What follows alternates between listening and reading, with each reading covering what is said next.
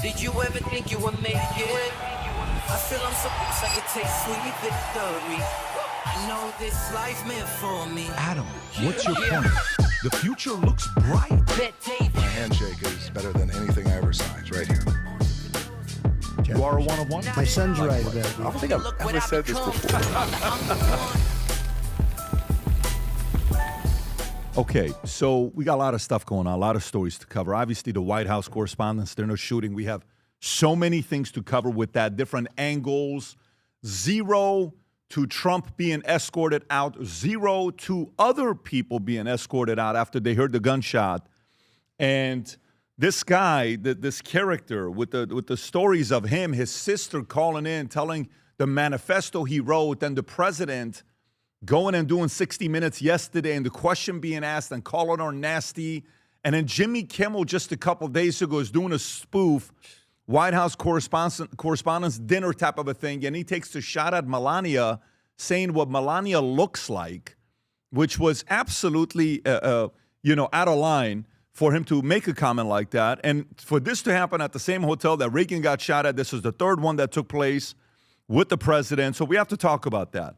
And then number two, the president pulled out the negotiation of having Witkoff and Kushner going to Islamabad, Pakistan. However, Abbas Araghchi went to Pakistan, then went to Oman, then went to Russia. I think he's meeting with Putin today. Then there's a story that came out about cars, like surveilling you, like effective 2027. Apparently they voted for this, and a lot of Republicans voted for this, and a part of it was MAD. I don't know if you know what MAD is, M-A-A-D. You've heard of MAD. Mothers Against Drunk Drivers. Yeah, Mothers Against Drunk Drivers. Mm-hmm. So it's kind of like this is the reason why MADD, this is the reason why they're supporting Republicans did, because we have to protect kids. And what's happening if someone's drinking, there's a lot. And by the way, shout out to Ana Paulina Luna, was like, look, I'm not for this. I think this is a bad idea, but we're going to talk about that with cars. So imagine if they start doing this in 27. Imagine people only buy 2026 cars. And they ask, is this a 27 or 26 model? It's a 27 model. I'm not interested. I only want to buy 26. It'd be interesting because they can't go back. It's only 27 and forward. So California wealth tax, Chamath Palihapitiya, who is a very successful businessman, he found something that was being shared in that little wealth tax that they want to do to billionaires. And in there, they realized this isn't about billionaires. This is about you. They want your money, not the billionaires and millionaires. They're really putting it in there that, hey, if you say yes to this, eventually we can tax you too. And that's kind of cool because we really want your money. It's not that much money for billionaires. The money we want is from everybody in the state of California. We have to address that. By the way, at the White House Correspondents Dinner, apparently Jim Acosta got into a bar fight. Tom's insiders, Tom's community, man, they're tight. They told him, they said what happened at the bar. He called the guy out. The guy goes outside the bar, posts a picture saying, I'm waiting for you. Oof. All of this happened while Jim is saying everybody should walk out. If the president, reporters have to walk the F out if Trump launches revenge attack at Correspondents Dinner. And then we know what happened there with the revenge attack. The 60-minute interview, there's some other things that was discussed there as well. We'll probably get into that. Trevor Bauer got a no-hitter for the Long Island Ducks. I got a prediction what I think is going to happen with Trevor Bauer here soon, and maybe I'll make that prediction on the podcast and get myself in trouble again. But don't do it, Pat. I'm gonna do it. Don't do it. I'm gonna do it. And then this whole thing with the blockade, some people are noticing that Trump's not really moving that quickly with the blockade. He's just kind of like not really moving too urgently with Iran. It's like, hey, wait a minute, how come you're not moving that urgently? Well, guess what? The longer that oil sits, the infrastructure may explode in 3 days, he claims, due to the blockade. So, because you can't just put it on and off like a switch that Humberto was talking about early this morning. So we'll talk about that. And then aside from that, we got a couple other things that we have to get through as well. Jamie Raskin said some weird things. And story-wise, you have Pope Leo. Come on, guys. Pope Leo takes another shot at the president. I mean, the moment you try to be friendly to this massive 1.4 billion people around the world, and Pope goes nice 1 week, the next week, he probably listened to some hip-hop this weekend. He definitely did. He probably listened to some Tupac, and he's like, you know what, screw it, I'm doubling down on this. And he goes after him. And then Winery, okay? Winery belonging to Ilhan Omar's husband shut down amid financial spotlight. Come on. It's a little too much, Vinny. It's a little too much. And Minnesota lawmakers demand records after Ilhan Omar skips fraud hearings. I don't need to do it. Why would I go to a hearing? You know, she did this podcast with this people that have breakfast, and she talks about it on that breakfast podcast. Really? Yeah, Breakfast Club. The Breakfast Club. Yes. With your good friend Charlemagne. Yes. The guy. Nobody. Why Gen Z and millennials might ask for your credit score on a date. Would you ask a credit score on a date? Have you ever been asked for your credit score on a date? No. Has a girl ever said, what's your credit score? No. Has a girl ever asked you for your credit score? They've asked for me to pay the bill, but credit score usually You're not comes going up to on pay the the third bill. I've had to let me see your bank account once. Let me see your bank account? She did say, let me see your bank account. She said, show me your... Is that what they call it nowadays? Is it a bank account? Or You didn't I want get to see that bank account. hey, Show me your bank account. Roth Your bank IRA. Oh, come on. You're just trying to get the bag. So every new car, okay, we talked about that. Then Russell Brand was doing a Bible study with Piers Morgan, and it became by the way, just so everybody knows, it became the biggest, most public Bible study of the year. I don't know if there's been a bigger Bible study than this. Pope, the Pope of, is taking shots at the president, but, at least Piers sat there and did Bible study with, it took a couple minutes to get to the right scripture. He's but still turning the pages right now. He's still looking for it, Rob. He's like, no, mate, I'm going to find it. It was funny. Did you learn something? I learned it something. was I didn't know funny. you pronounce Isaiah that way. And then last but not Shout out least, to Isaiah. a story by Wall Street Journal. We're all talking to each other less than we did a year ago. Then I got a question I want to ask you guys. I love questions. And then we're going to see where these questions are going to go to. It's not like a tricky question, but it's a question I want to ask you. And I want to give some advice on charities. Something you probably don't typically hear, where people give advice on charity and, give money to charities and all this other stuff. Mine's going to be slightly a different angle, and some people are not going to be happy about it, but you may want to listen up to it because it has to do with legacy and raising the right kids and, the right way and how to make sure they don't become spoiled and how to set them up so they win in the future as well. And it has to do specifically with charity because we're going through it today. There was an article done by this socialist magazine called Forbes. And this Forbes, that's a socialist magazine. I don't know if you guys saw that or not. Yep. They took shots at Elon Musk having only given $500 million to charities. Only. What a shame. And so we have to call him out because the socialist magazine Forbes does a great job at highlighting socialist causes. And they just happen to, the owner happens to be 51% out of China, Hong Kong. And so, of course, they would never write stories to divide America. They would never do such a thing because, the reputation there, you would never do such a thing like that to divide. But we will get into that story as well. And aside from that, I don't even know what I'm driving to today, but I'll get into it here in a minute. There you go. That's what we're doing. By the way, just so you know, I'm telling you guys this. I can't tell you. Yesterday, I'm at a football game, and a lady pulls up to me. She says, when are you guys going to get size 14? I'm like, ma'am, we just got size 7. We just got size 8.5. 14 is coming here soon. We got 7.5. Says, my husband, I need size 14. My dad comes home from church. We're done eating. We're at the house with Sean and Grace. And my dad says, when are you getting size 14? I said, what do you mean size 14? Today at church, somebody saw my Valuetainment logo. They came to me. They said, are you getting size 14 or not? So I'm like, is there like an epidemic going on with size 14? Who needs to? Shaq? Size 14? No, Shaq needs size 22, 23. Wow. Ridiculous. But let me tell you, it's exciting stuff that's going on with the shoe. Everywhere I'm going now, people are asking about how come my husband bought it. We were at first skeptical. Why would somebody like PBD come out with shoes? You're not a shoe company. Why would you come out with a shoe? And then you go to Italy to do it, and then it's designed in Florida, and it's got the super foam technology on the bottom of it, super comfortable. Yes. Every day I've been wearing this thing since September 9th. I've worn the shoe every single day except for 8 days. Now I've not worn since September 9th just to see what it feels like, what it looks like. Does it tear? Does it have any damage? It's the most comfortable thing I wear. And if you haven't yet gotten yourself an FLB shoe, watch this commercial. Hopefully this will persuade you to place an order for yourself, your husband, or your son. Go ahead, Rob.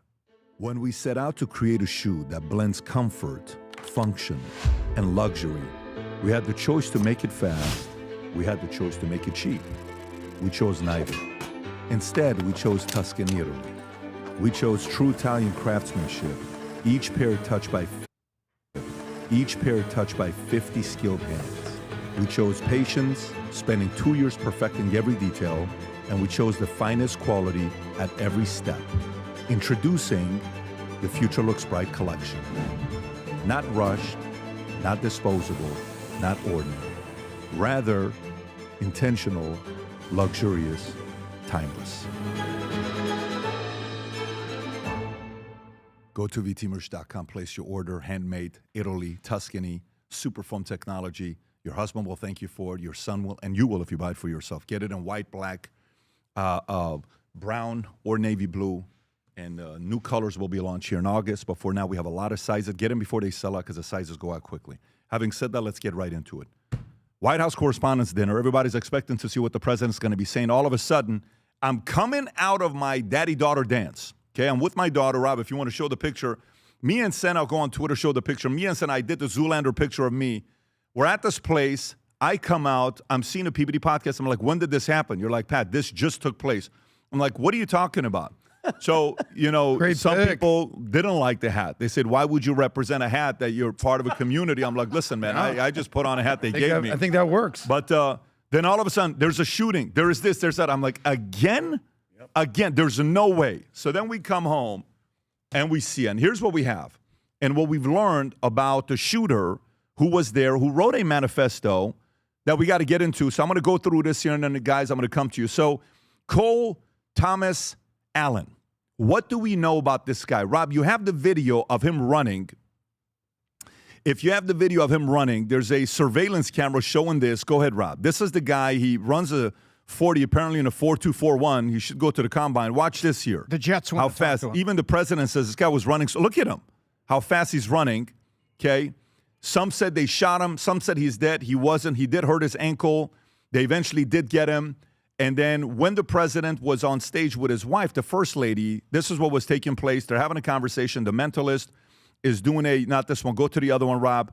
You can see the president right there. And then watch the first lady's reaction. I think this is this is a long one you have, Rob. Does it get right into it? Right off the Go bat. for it. Go for it. So this is the president, first lady.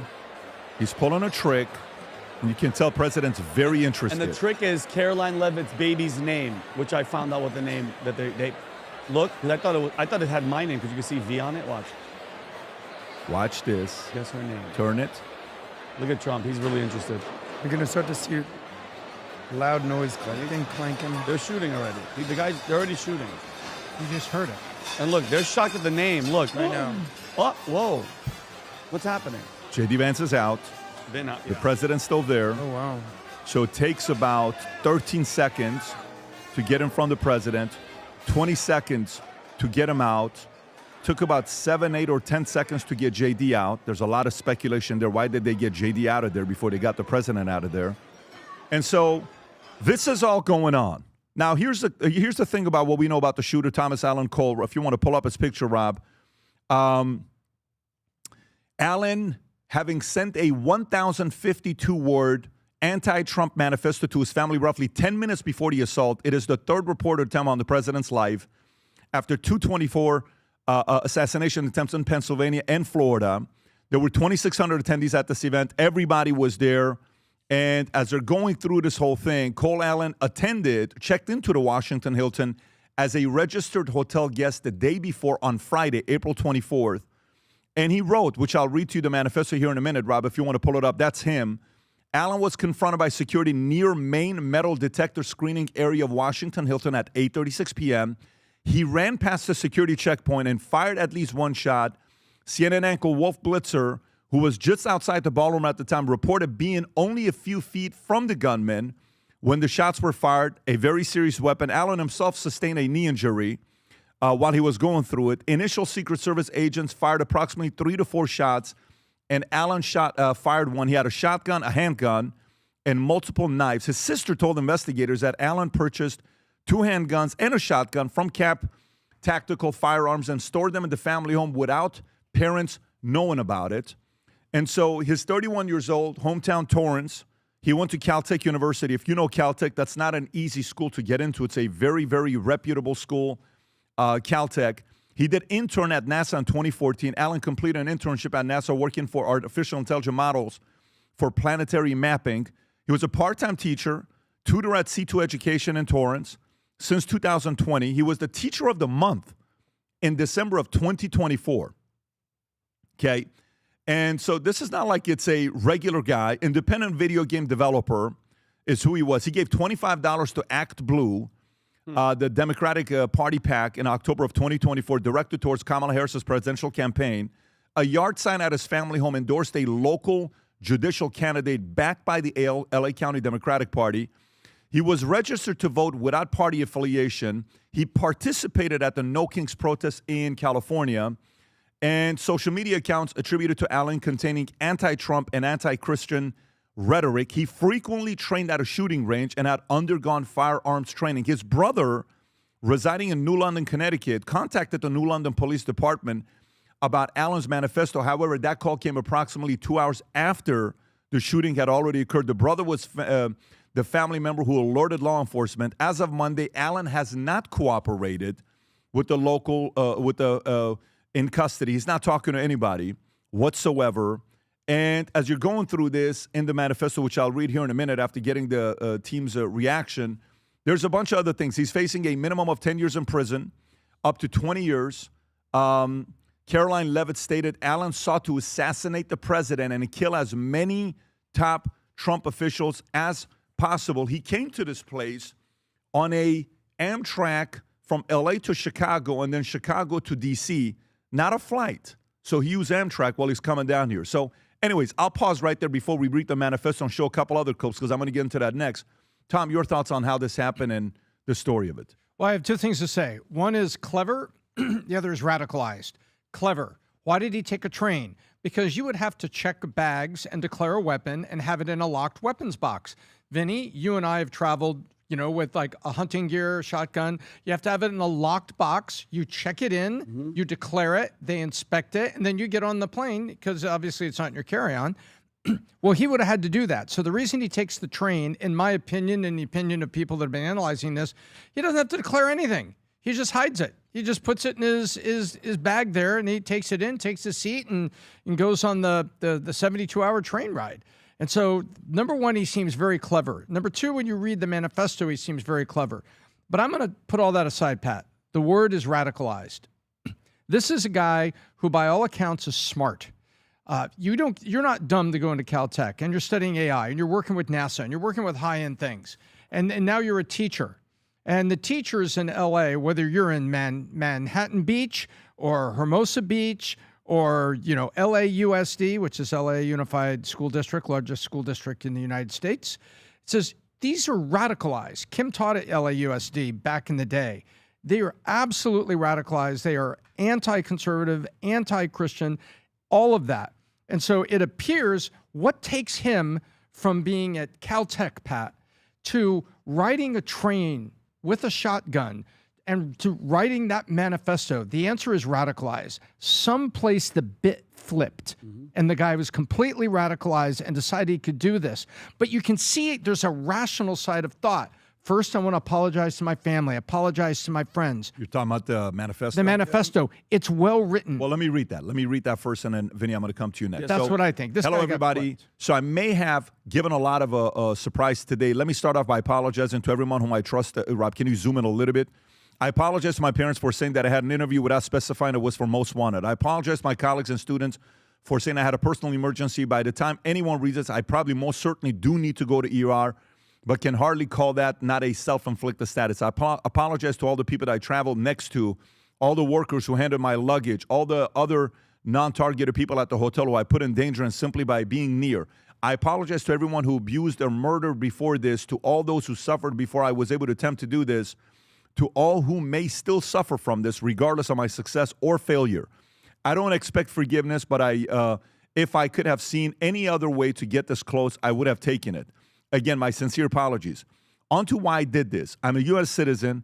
What my representative reflects on me. I'm no longer willing to permit a pedophile, rapist, and a traitor to coat my hands with his crimes. Well, to be completely honest, I was no longer willing to a long time ago, but this is the first real opportunity we had to do something about it. Go to page 2, Rob, if you could. While I'm discussing this, I'll also go over my expected rules of engagement, probably in a terrible format, but I'm not military I am not military, so too bad. Administration officials, not including Mr. Patel, Why he says that, it's interesting. Very Yes. weird. They are targets, prioritized from the highest ranking to the lowest. Secret Service, they are targets only if necessary and to be incapacitated, non-lethally if possible, aka I hope they're wearing body armor because center mass with shotguns mess people up who aren't. Hotel security, not targets if at all possible, aka unless they shoot at me. Capitol Police, same as Hotel Police. National Guard, same as Hotel Police. Hotel employees, not targets at all. Guests, not targets at all. In order to minimize casualties, I will also be using buckshot rather than slugs, less penetration through walls. I would still go through most everyone here to get the targets if it were absolutely necessary, on the basis that most people chose to attend a speech by a pedophile, rapist, and traitor and are thus complicit. But I really hope it doesn't come to that. There's more, Rob, I think, because there's something he says about Iran. Do you have the one where he says, quite honestly, it wasn't that hard to get into? He says, hey, there's... It's the PS part, Pat. Once he's done, he goes into a PS. You have the PS? Yes, Read yes. the PS. He goes, PS. Okay. Not POS, PS. Yeah, PS. Go ahead. Well, Okay, here's the PS. now that all that sappy stuff is done, what the hell is Secret Service doing? Sorry, gonna rant here for a bit and drop the formal tone. Like I expected, security cameras at every bend, bugged hotel rooms, armed agents every 10 feet, metal detectors out the wazoo. What I got, in parentheses, who knows, maybe they're pranking me, is nothing. No damn security, not in the transport, not in the hotel, not the event. Like, the whole thing that I immediately noticed walking into the hotel is a sense of arrogance. I walk in with multiple weapons. Not a single person there considers the possibility that I could be a threat. The security at the event is all outside, focused on protesters and current arrivals, because apparently no one thought about what happens if someone checks in the day before. Like, this level of incompetence is insane. And I very sincerely hope it's corrected by the time this country gets actually competent leadership again. Like, if I was an Iranian agent instead of an American citizen, I could have brought a damn madus. And madus, for you guys that don't know, is where you have to sit down, and it's one of those, that thing is, it's huge. He's saying I could have brought a madus in here, and no one would ever notice SHIT. Actually insane, is what he says. So what do you think about the whole thing? Well, first, Pat, reading, like, it's freaking sad. Like, he was captured by the political propaganda, full stop. Like, look at how he sounds. He sounds like a nice carrot. Like, I know he's kind of off, but think about it. He's apologizing for the people, Adam, that even handled his luggage, getting him on the train to get to the place. I'm sorry to my parents. I'm sorry. He's even going through rules of engagement of, I'm not going to, the Capitol Police are not this. It's really, really sad, Pat. And the manifesto tells you that he was, radicalized. But you know what part stuck out to me? He checks into the hotel on Friday, cased the place. He's been at the No Kings rally. The messaging inside the rest of the manifesto was anti-Christian. And the fact that this is the scary part, and I'm going to get to the security right now. I'm going to have Rob play the video of the J.D. Vance, the vice president, and the president. Pat, he was checked into the hotel since Friday. No security, no nothing. The arrogance part really stuck out for me.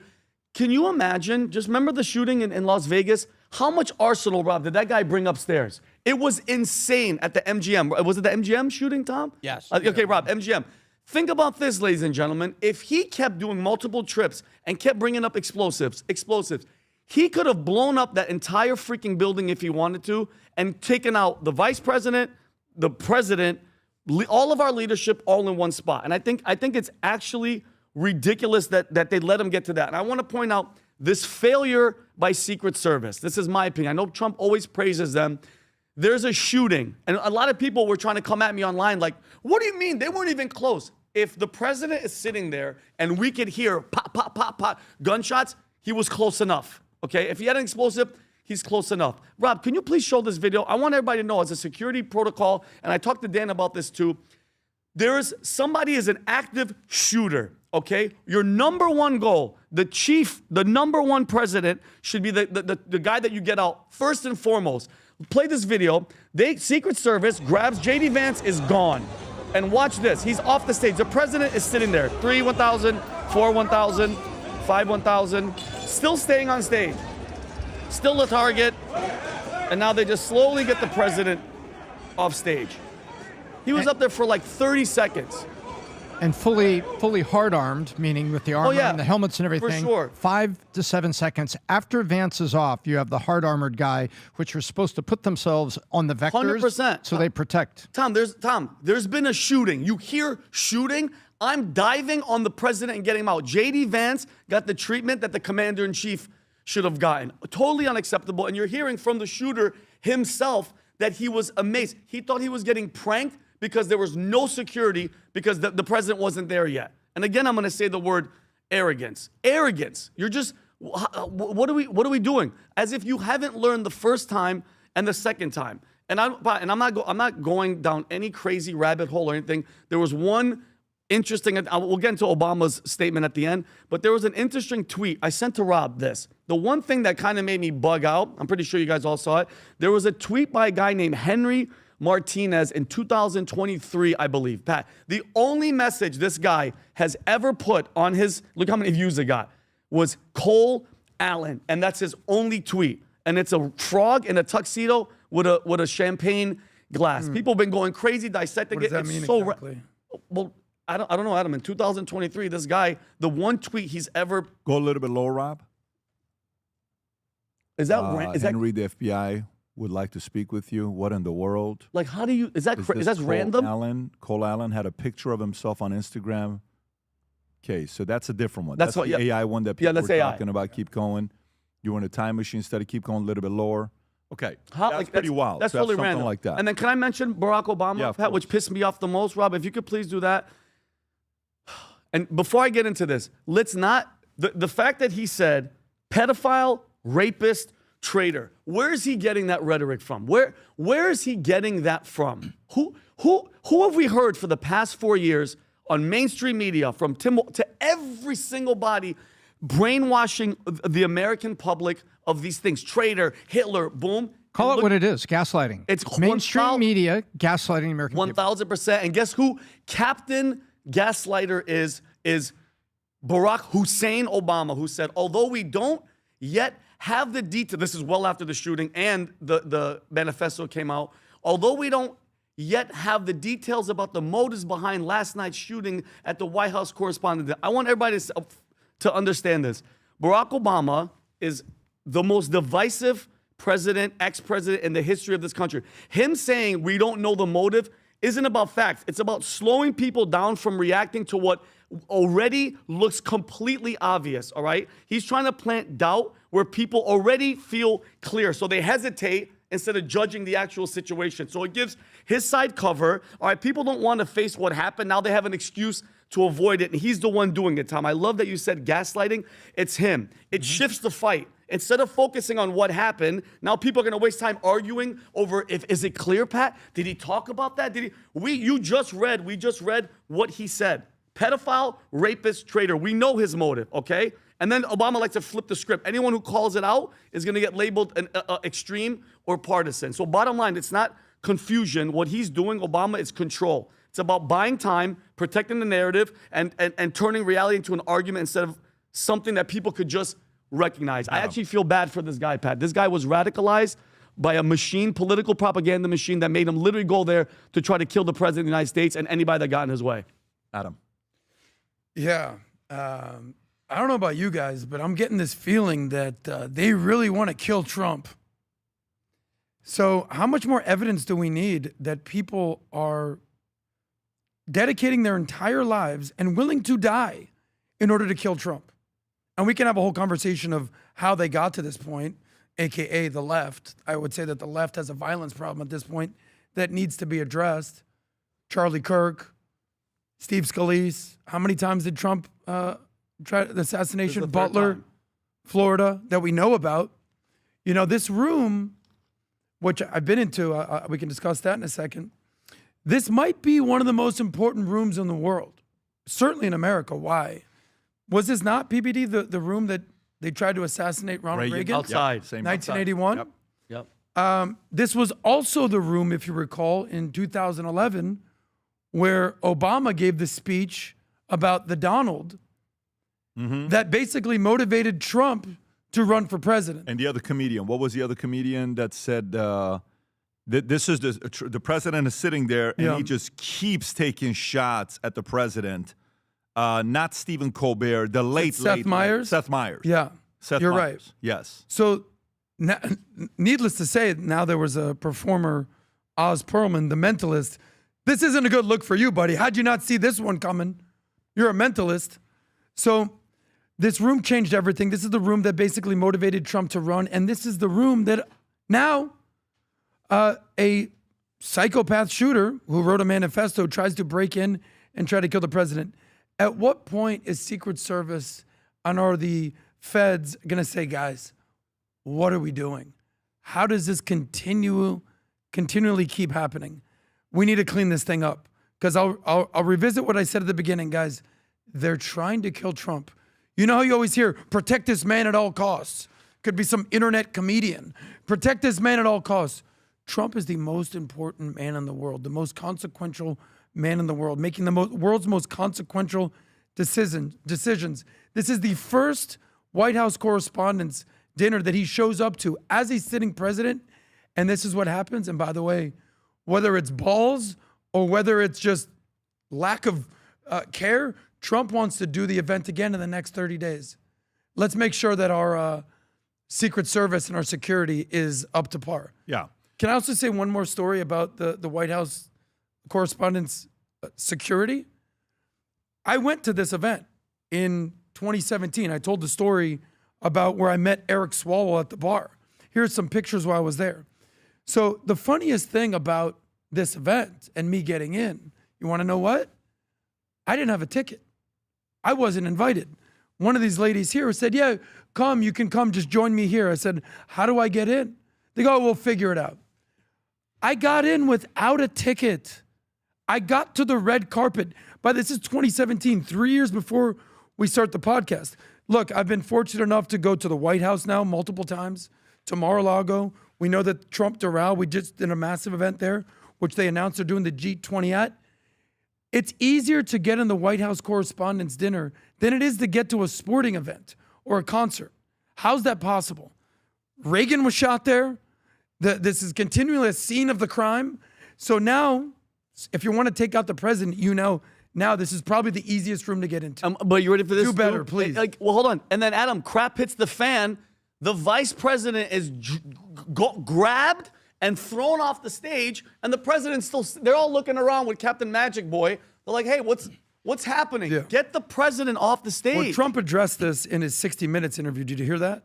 Yep, yeah, but Were you able to see yeah, that? but as whole a thing, security yeah. protocol, there's no excuse. Yeah. So let's cover a couple of different things while this is going on. Tom, I think you've been dying to say something. No, I was saying we're being a little hard on the Secret Service. There's 4 layers of that I was reading about this weekend. The first is Vice President, President each have their own detail. Clearly, the detail that's on JD that knows him and knows him, they reacted quickly, grabbed him by the shoulders, got him out of the chair and up. The president's detail apparently was slower. Then you have 2 Secret Service details. We went through it when we had Trump on the podcast.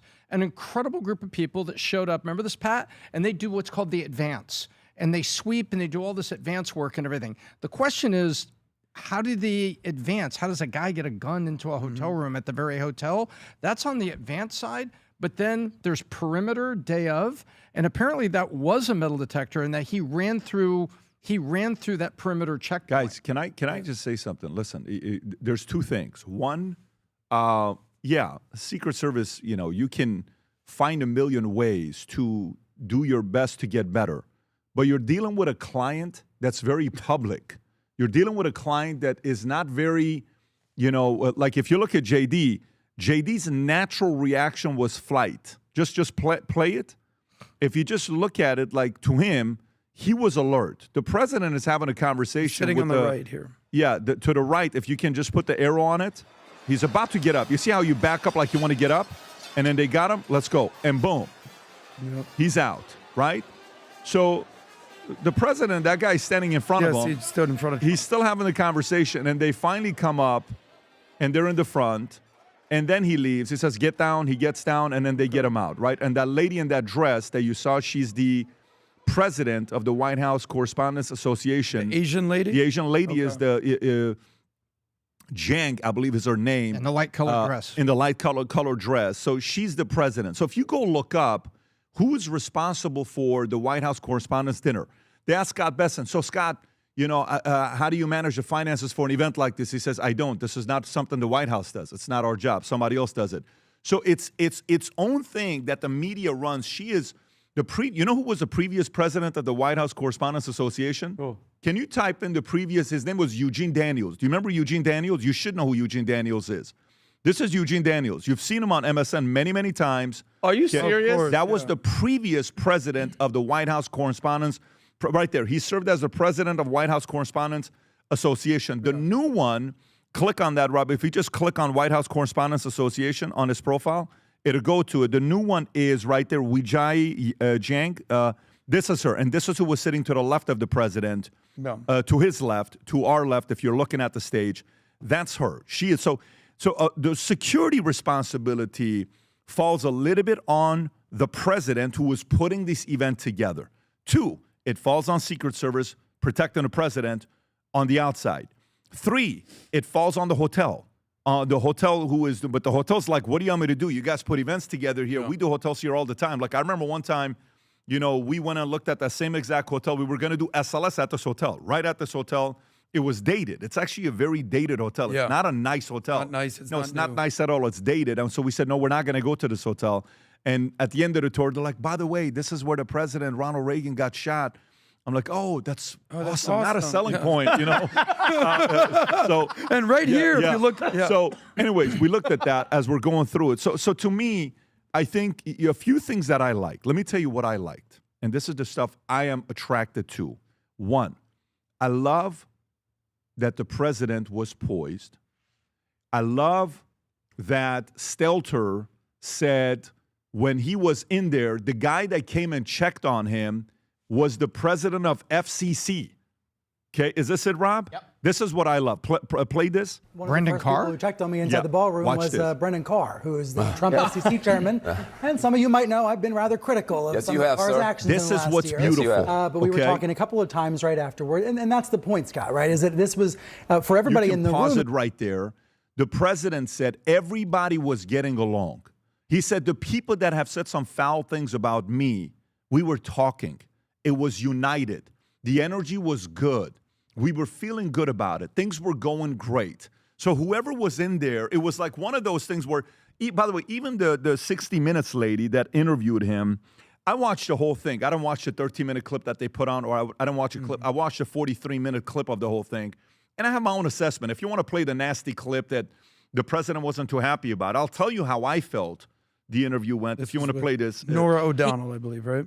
Is this what the manifesto thing, Rob? Go for it. The so-called manifesto is a stunning and this thing to happened read, at around Mr. minutes President. 15 he to 20. appears to reference something like a that motive. in the interview, of the 43-minute interview. He writes this, 41-minute quote, interview. administration officials, they are targets. And he knows it's And coming. he also wrote this. I am no longer willing to permit a pedophile, rapist, and traitor to coat my hands with his crimes. Look at how he looks right at What's your reaction to that? Well, I was waiting for you to read that because I knew you would, because you're horrible people. Horrible people. Yeah, he did write that. I'm not a rapist. I didn't rape anybody. Do you think he was referring to you? Oh, look, it's Come on. Come on. You read that crap from some sick person. I got associated with all stuff that has nothing to do with me. I was totally exonerated. Your friends on the other side of the plate are the ones that were involved with, let's say, Epstein or other things. But I said to myself, I'll do this interview. Probably, I read the manifesto. He's a sick person. But you should be ashamed of yourself reading that, because I'm not any of those things. Mr. President, and I these was are never, the gunman's words. Excuse me. Yeah, she knows. You shouldn't be reading that on 60 Minutes. You're a disgrace. But go ahead, let's finish the interview. The other thing that he wrote in... By the way, just so you know, in the complete interview, in the first 60 seconds, the president says he read the manifesto. Yeah. So the first person that brought up the manifesto was the president, and you could tell she really didn't want to read that. She was uncomfortable. I don't know whether somebody asked her to read it or not, because even at the end, what she said is, hey, Mr. President, thank you for your graciousness. And it was a very I've never seen them, specifically her, talk to the president respectfully, where you could tell she was uncomfortable with this interview. Like, she has to do her job. She had to read that because out of all the interview, everything that was discussed, there was nothing else to address but that, right? Like, I actually don't think she is what do you call it? Like one of the Jamie Raskin type of things. Jamie's a complete different story, and we can go to Jamie right now as well. If you want to see the complete opposite of the nasty, I thought there was good things going on. I thought it was like, all right, this is good. Hey, let's go. Let's do the thing. Let's have the fun. Let's take shots at each other.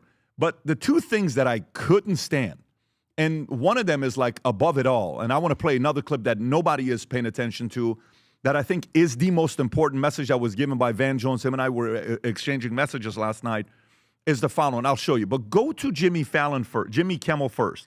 So this is Jimmy Kimmel a couple days ago. While he's doing his monologue, they shoot this to make it seem like he's the comedian for the White House Correspondents Dinner. And in it, they use images of Melania, the First Lady, to make it seem like she's in the audience. She's not. This is just B-roll that they're adding. Yeah. And here's what he had to say. Go ahead, Rob. Our First Lady Melania is here. Look at Melania, so beautiful. Mrs. Trump, you have a glow like an expectant widow. You have a glow like an expected widow? Yeah. So this is the part where I have a problem with things like this. So people came back and they say, oh, yeah? Are you okay with the president saying, an entire civilization, Iran? Well, that is the enemy he's calling out. For somebody in the mainstream who has the biggest show that's on TV, like this is who is the modern day replacement of a Carson, Letterman, or Leno? It's two names. Kimmel right? and Fallon. Fallon. It's those two, right? So you get up and you say something like that about the First Lady, nasty, disgusting, ugly. You don't want to see anything like that. I know what does Raskin say, Rob? I think you have a Raskin clip as well. Yep. So to me, while you're watching this stuff, did he get punched in the face? Or he has pink eye? Something's going on. Okay, something's going on. I hope he recovers. But that's go ahead, Rob. Play the clip. And you have, as many of your fellow Democrats, have used some heated rhetoric against the president. And do you think twice about that when something like this happens? What rhetoric do you have in mind? Just talking about some of the fact that he, is terrible for this country and so on and so forth. I understand that that's your Democratic right, but overall, do you I have a no responsibility? personal problem with Donald Trump at all. I mean, I talk about the policies of this administration, the authoritarianism like we saw on display in Minneapolis. We can play clips and the greatest hits of what things they've said about the president, which is absolutely nasty. There's a lot of it, okay? But the president said something. He says, look, I study assassinations. He said this right afterwards because he wanted to go on. He's like, I don't want one person to stop the entire thing. I want this thing to continue. But he is being interviewed. This is it. Good, fine, Rob. He's being interviewed, and he says, look, I've studied assassinations. I've studied what happens with this. I study why they do this. It's typically the people. I'll let them address it. Go ahead, Rob. Thank you, President Trump. There's a report in the New York Post that this assailant assembled his weapon somewhere on site at the hotel. What do you think about that? And I ask respectfully, why do you think this keeps happening to you? Well, I've studied assassinations, and I must tell you, the most impactful people, the people that do the most, you take a look at the people, Abraham Lincoln, I mean, you go through the people that have gone through this where they got them. But the people that do the most, the people that make the biggest impact, they're the ones that they go after. They don't go after the ones that don't do much because they like it that way. And when you look at the people that have either, whether it was an attempt or a successful attempt, they're very impactful people. Just take a look at the names there, the big names. And I hate to say I'm honored by that, but I've done a lot. Pause. We've done a lot. Pause it, Rob. You see, this is the part where, to have a job like this and make the changes that you want to make that are massive, massive changes, it has to be by a leader that understands what the risk is. Like, he's accepted the fact that every day someone's trying to kill him. He's accepted the fact that comes with the territory. And by the way, he didn't move that fast. Now, Van Jones said this, and then Vinny, I'm going to come to you right after this because this is what I want to get you from. Van Jones said this, and he says, this may be the biggest concern, and we're going to find out today because the shooter is alive. He's not dead. He's not talking. Which means he's making a comparison of, imagine the amount of like people going, oh my God, man, Gioni killed the guy, the CEO, and he's alive. So what happens? People are outside celebrating and all this stuff. Get your cover shot on Rolling Stone. Van Jones took a very, very unique angle here. Go ahead, Rob. Starting to worry about something, though, which is that the shooter survived, which means on Monday he's going to court, which means there is a danger that people try to make him some sort of hero. Yeah. You watch what happened with Luigi, who shot a CEO to death and somehow became a hero. So they said tonight you saw the worst of America, you saw the best of America. Tonight you definitely saw the best of America. I hope on Monday we don't see the worst again. I just want to say very clearly, this kind of despicable behavior has no place in America. It has no place on the right. It has no place on the left. We don't know if he was there because he wanted to hurt Democrats or Republicans. Both were there. We don't know if he wanted to hurt journalists or politicians. Both were there. This kind of behavior has no place in America. You can pause it right there. And it is. Vinny, thoughts? It's kind of like, and I'm with you 1,000%. When there's a moment, Pat, where they're in there and Stelter, who I don't agree with at all, that I'm actually upset, but I'm happy that he was fired. Like these people created this monster, okay? And then they cry after about the monster that they created, okay? We want to heal, Pat. We want to be better. We want to be better as human beings. You know, this is a Christian nation. We're trying to be positive, and that's a messed up thing to even say because it's happening probably right now. He's in court. It's what, 10 o'clock in the morning. He's probably going to be in court in the next couple minutes probably. But it's just a sad thing that the Brian Stelters, the Jamie Raskins, the MSNBC, from the Chris Cuomo to every single body for the past 9 years that have been telling us every single day. It's not penetrating us, but a lot of Americans, Pat, that have this brainwashed Trump derangement syndrome where it's past just anger and yelling at your family members and I'm not going to go to Thanksgiving because, you know, John is going to be there and he loves Trump. It's where they're getting armed and they're going to arm and they're going to kill. And they're going to kill. So I'm all for, I love the positivity afterwards. Okay, love each other. But it's like, you guys have created this monster. And guess what? How many other monsters are out there that we haven't even seen? You haven't seen anything yet. They're out there. And Trump's going to have to be, by the way, not only President Trump, when he gets out, his family's kids, Barron, everybody is going to have to deal with this forever. And it's because of them. It's because of CNN. It's because of MSNBC. What MS Now? You want to change your name like we forgot who you were? It's all these people. But I do think what he's saying is a valid point. They're going to have people falling in love with him. They're in love with this guy. Oh, he's a hero. And who is it going to be coming from? You think any Republicans are going to be over there patting him on the back? This is a left issue that needs to freaking change, Pat. And it's the accountability of saying, I hope you die. I hope you wake. I know I'm all for free speech. But when you call for somebody to die, somebody should go and kill the president. Those people should be like, you're inciting an assassination. You want somebody to go and kill somebody. And it's ridiculous. I think it's ridiculous.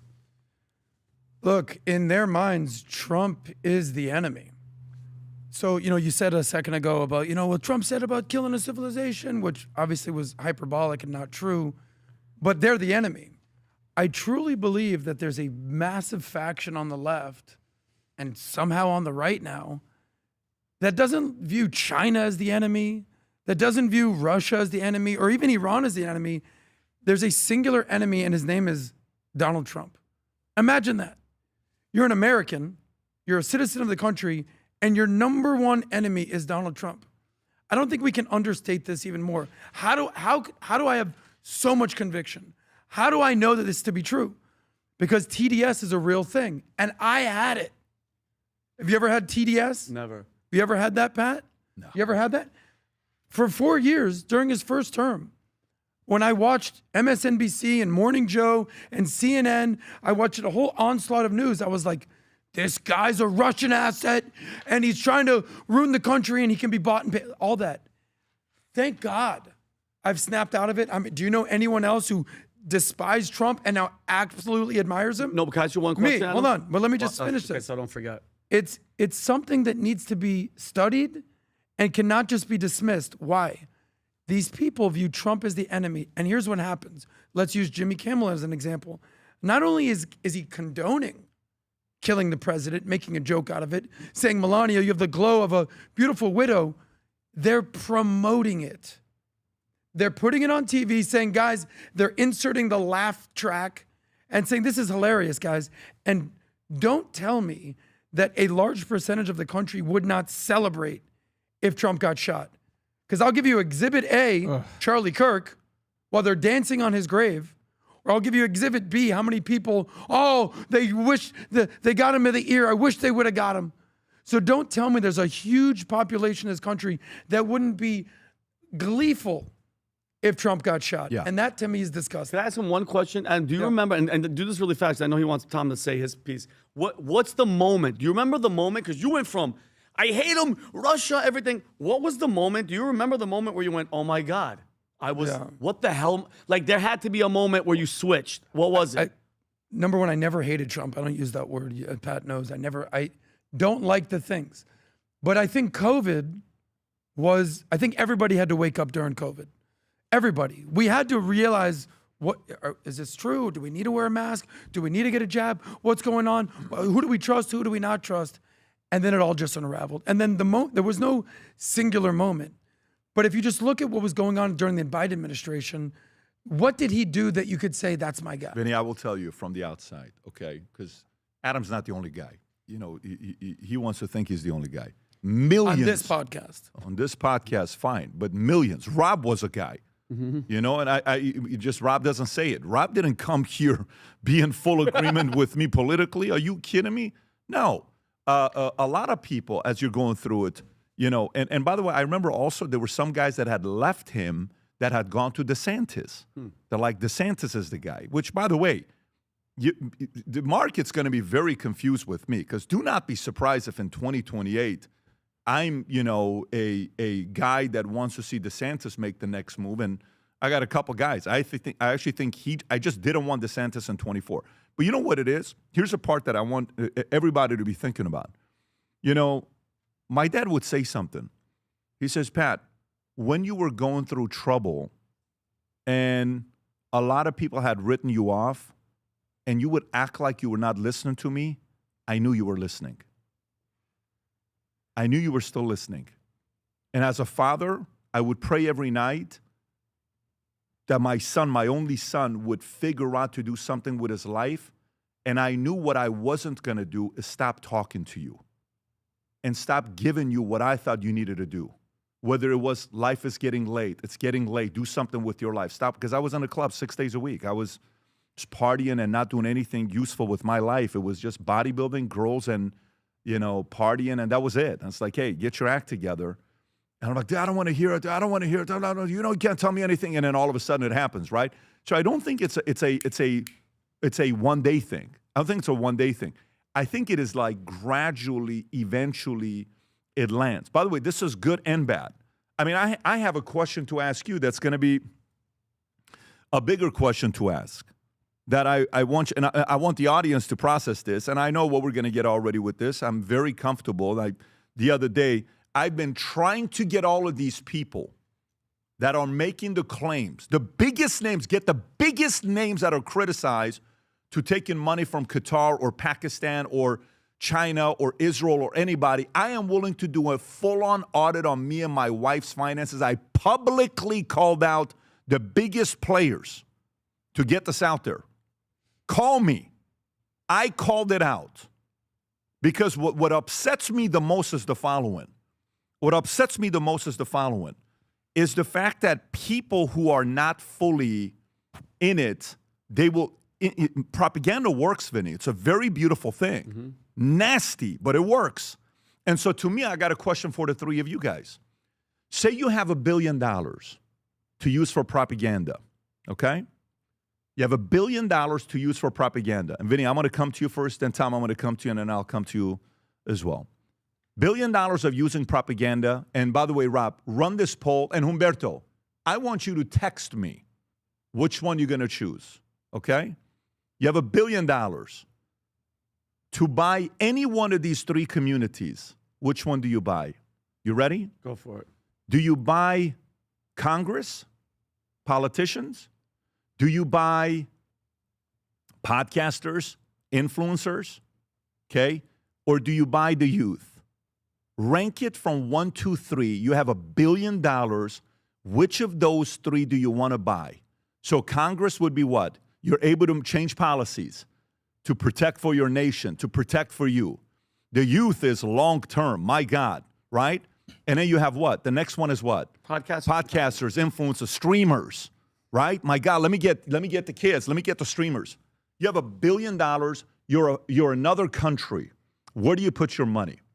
Which of those three do you think is the most powerful place to put your money to brainwash, to get them to think the way you think, to control the minds?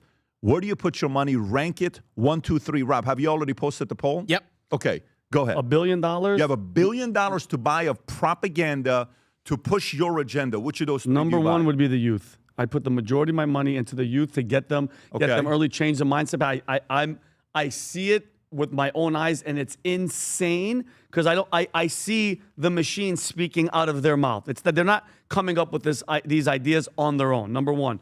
Number two, podcasters.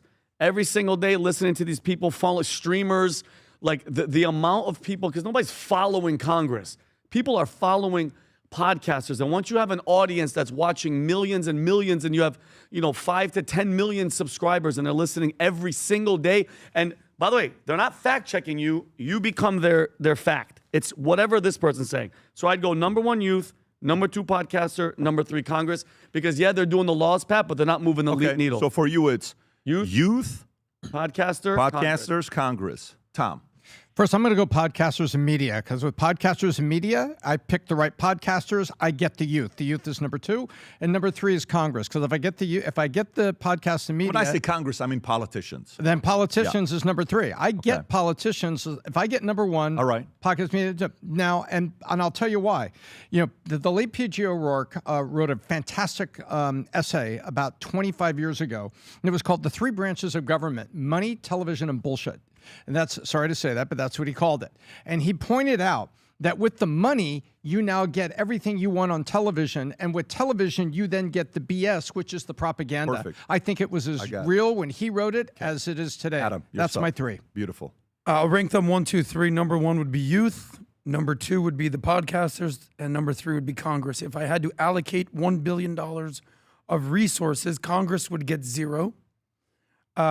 The podcasters, influencers would get $100 million. And I would pump $900 million and let me tell you something. into the youth, a.k.a. TikTok. Let me tell you something. So to me, you know who made a mistake? You know who made a mistake? Okay, so let's go to countries. Allies and enemies. Give me the most important countries that get alleged for buying influence. Give me the top 5 countries. We're number one, by the way. We buy influence like no other, right? We're selling capitalism, free market values, all this stuff. But give me countries, foreign countries that are trying to buy influence in America. Give me the top 5 countries. Israel's obviously going to be. Israel's on that list. Who else? No, China's my number one. China's number one, and it's Who not else? even close. But he said Israel, though. Watch what the market does. Exactly. This is where I'm going with this. Yeah. So Israel, China, what other country? Saudi, what other country? Qatar, China. Qatar. What other no doubt. country? Can we just put those? Because I don't even think Russia's doing a lot of this, but we can put Russia in here as well. They Russia might not give as much money, but you're going to use propaganda. Now watch this, Rob. Sure. Pull up this chart. India is doing more than you think, but before you pull it up, can you tell me what country right now is putting the most money into our educational system right now? China. Pull it up, Rob. How much? Pull it up. China and Qatar. Pull it up. Number 1 is Qatar. Yep. In universities, 6.3 billion. And number 2 is China. Mm-hmm. Foreign funders of U.S. colleges and universities. What do you think Qatar is doing? They know, let me get the youth and I'll confuse the shit out of them for 2 decades. Yep. Go pay, like AIPAC is giving money to who? Congress? What a waste of money. What a waste of money. So they lost the propaganda game. Mm-hmm. And Qatar is winning the propaganda game. Where's China Israel is on this winning the list? propaganda. Israel's not on that list. Bermuda's at 1.7 billion. May I make a short observation? Of course, yes. What are the last 2 words of the headline?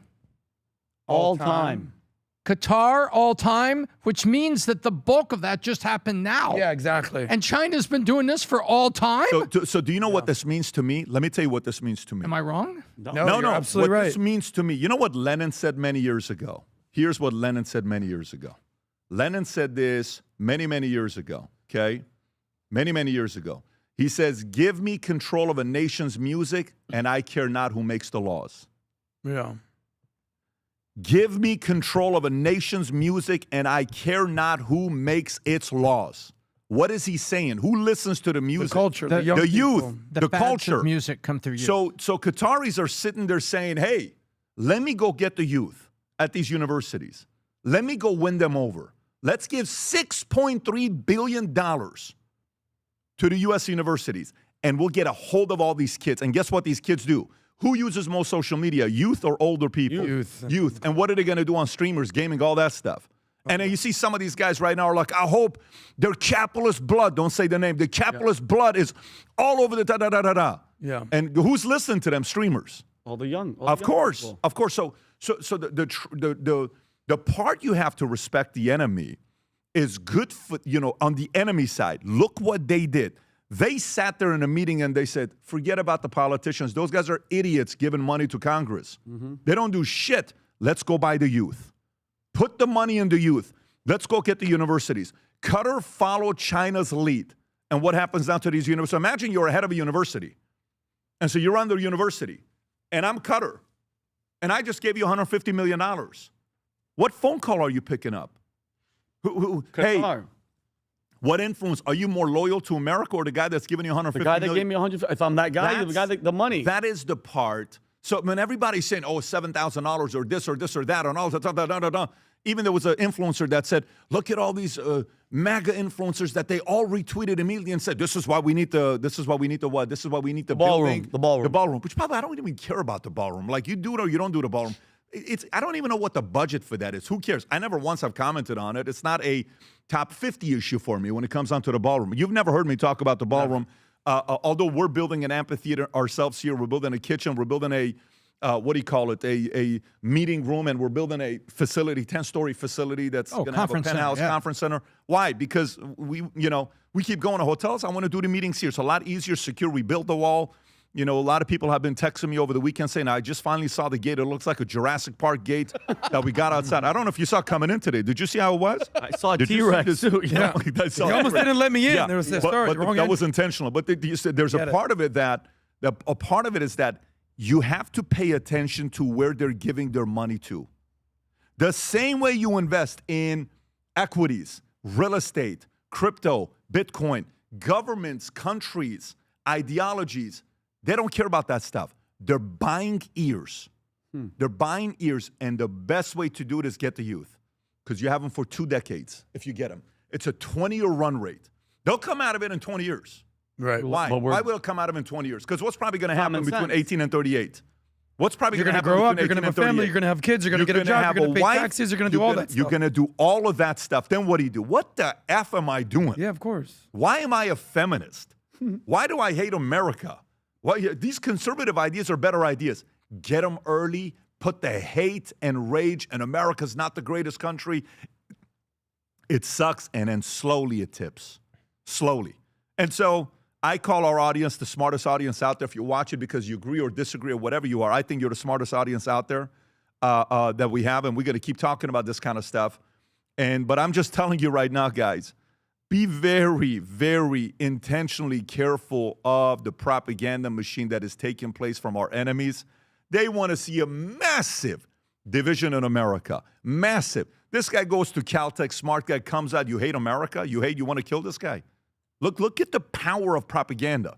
We have to pay attention to some of these things that are taking place. Yeah, I'll give you another one to go to, Rob. And Tom, I'm going to come to you with this one here. Think about Forbes magazine. Forbes magazine comes out and tweets this, okay? This is Forbes magazine's tweet. Can you zoom in a little bit to that, and then we'll go to my comments. Elon Musk is planet's richest person by far, worth $839 billion as a Forbes annual world's billionaire list. He ranks on the list. but he also ranks amongst the least philanthropic billionaires. Sure, Musk has transferred $8.5 billion of Tesla stock to his charitable foundation, but nearly all of it is still sitting there idle. Only an estimated $500 million, or 0.06% of his vast fortune, has ever been dispersed to those in need. His lack of giving raises a question. What would our billionaires' ranking look like if the most generous people had ever donated $1? To who? To who? Well, who do you want him to give it to? Can you go back one real quick on my message about Forbes? Who the hell approved a Chinese investor to buy 51% of Forbes? Why would Steve Forbes, Malcolm Forbes' son, sell 51% control to a Chinese investor since 24? Why would you do it? He sounds like a nice guy. He sounds like a noble guy. His father did amazing things.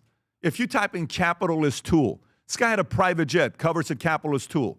He had a yacht, capitalist tool. He had a helicopter. Guess what it said on it? Capitalist tool. Just type in images, Rob. If you go on images, you'll see all of this stuff that I'm talking about. That was his jet. What does it say at the end of it? Forbes, capitalist tool. Go to his helicopter. Go to the yacht if you can. This guy was selling capitalism, and Forbes today is selling socialism. Everything about this man turned 70 years old. You know what he did at 70 years old? 70 years old, he put on a party. He was best friends with, look at the helicopter. What does it say? Capitalist tool on his helicopter. Vinny, he puts a party on his 70th birthday party. Everybody who attends, you know what gift they got? No. Everybody got a Rolex as a gift for attending his birthday party. Wow. Okay. Elizabeth Taylor, him and her would always ride the Harley Davidson together. He had the biggest collection of Fabergé, you know, the Russian Fabergé eggs. Nobody had more than he had. This guy was a billionaire. He would put lavish parties, celebrate capitalism, celebrate victory. Now the Socialist magazine, they have to change the name. Change the name to Johnson. Or change the name to, I don't know, Chang. Whatever you want to put it, but change the Forbes name of the magazine at least. Or they need a new buyer. And by the way, remember that one guy, Tom, that the rumor had it, this guy bought Forbes for $800 million at a 75% part of the Forbes. That deal never went through. So the company that owns Forbes still today, do you know who Forbes announced as the International Woman of the Year, you know, in 2021? Put Hillary Clinton, Rob. Oh, God. Just type in Hillary Clinton, okay? Can you imagine, you know, who they have to have there where the Lifetime Achievement Medal for Forbes International Women's Day goes to Hillary Clinton in 2022? Ugh. Seriously? For what? What part of that is capitalism? Is that capital going to Haiti? Is that capitalism? What part of this is capitalism? And by the way, these people that are forcing charity on people, first of all, Tom, I'll come to you and I'll read what I have here from this book. Go ahead, Tom, your reaction to this. So my reaction to this is, you know, for them to say this and go out like this. First of all, I've read about the one of the producers, not producers, but like the lead editors, and I'm not even giving the liberty and the recognition of saying his name, but he went to Columbia School of Journalism, and he's like 28 years old, Pat. That's the guy that wrote that article about philanthropy. So, gee, what do you think his position is, right? That's a good point. What is his bias? And I'll also say this. When you mentioned something about Norah O'Donnell. You said maybe she didn't look like she wanted to ask the question. The key is every 2 weeks we're hearing about Barry Weiss, this person leaves or that person leaves. Barry Weiss apparently is trying to clean things up. At least that's what we hear from the outside, right? The producers are the ones. You know, it's people like Keith Sharman and Julie Mortzgoff and Roxanne Feitel. Those are the producers at CBS, and the producer is in the earpiece asking her to say things. And those are the people to watch out for because they're driving the narrative. So I want to know who Forbes editors are. And guess what? To control a magazine, all you do is control the editors because the editors greenlight the stories. So greenlight the stories, all you need to do is have the guy that owns 51%, Pat. All you need is 4 editors. Believe it or not. I looked it up. They say 4 editors and the editor-in-chief and 3 editors can control the entire narrative of the magazine or of the channel. That's all we need. And this is who is doing it. To me, this is horrifying. And by the way, if you're asking me also what I feel about philanthropy, charities most of the time, they become perpetual motion machines. Charity is supposed to be in place to fix something. Save the whales. Well, how do we know when we're all saved? Do we move on to something else? Yeah. No, we keep saving the whales and you keep raising money for us and you keep doing that. Most charities never end. And what happens is the original mission gives way to the bloat of everybody being part of the charity. And it's a tax deduction and all this. I only give, and Pat knows this, for something beginning, middle, end. What do we need to fix? Do we need a pool? Do we need this? What do we need? I'll get involved. But onward, it's very, very difficult for me. And Forbes, I think somebody should step in here. This is, once upon a time, it was the vision of capitalism, Pat. And I believe Forbes can be that again, but it's going to take somebody else at the helm. Adam. Well, you talked earlier about capitalism, and I'm just comment on that for a second. In our group chat, there was something that the guy Sean McGuire had to say. And this is essentially, I'll just sum it up real quick. The Democratic Party that we were all used to no longer exists.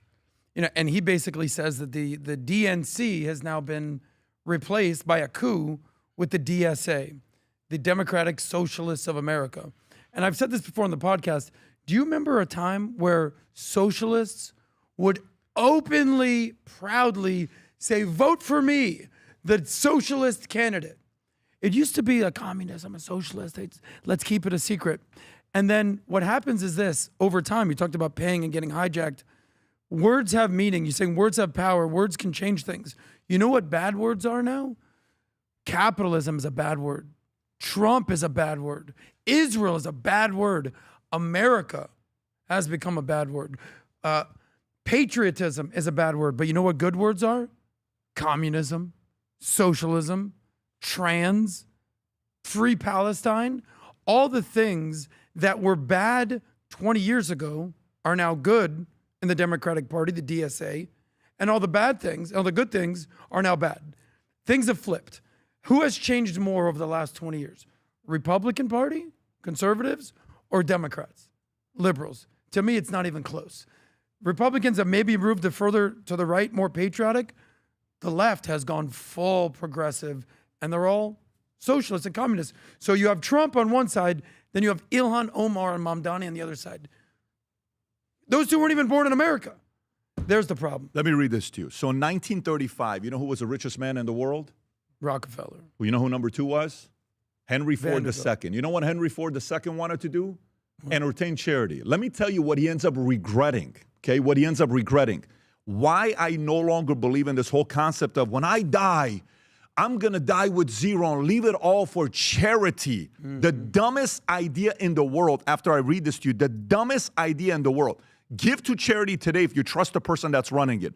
Do not leave in your inheritance for a charity that is going to be anybody else that could be running it that things could change. Look what happened to Henry Ford, that he eventually resigned from the charity that he started himself. So it was in the home that Edsel Ford was confronted with a greater challenge. In 1935, Roosevelt administration pushed through tax reforms that demanded 70% of large inheritances.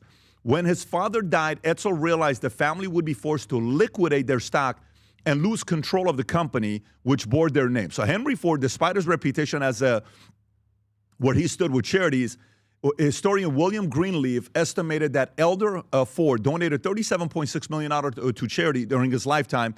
He built a world-class hospital in Detroit, as well as a Henry Ford Museum in Greenfield Village in Dearborn, was one of the most important institutions dedicated to American history in the hopes preserving at least a part of our history and tradition. He did not believe that charity meant for more financial donation, but involved a living activity, stating, I do not believe in giving folks things. I do believe in giving them a chance to make things for themselves. So look how the story goes. So Edsel seemed to have worked. Henry Ford II in control was the most powerful person in America. They started donation. There were only 2 other foundation trustees, both men employed by the Ford Motor Company. So they started charity. Mm-hmm. They're running it. There's only 2 other people part of the board, Tom, and they're both working for who? Ford Motor Company. The chaos came slowly, then all at once. Henry Ford II was persuaded that he had a moral responsibility to democratize control of the foundation, as was increasingly regarded as best practice for charitable organizations at the time. So he's trying to be noble and saying, hey, you know what? Let's open it up and let's have more people on the board. Not just me, since I started it and I'm giving all the money. 100% of the money is coming from me. Well, let's open it up.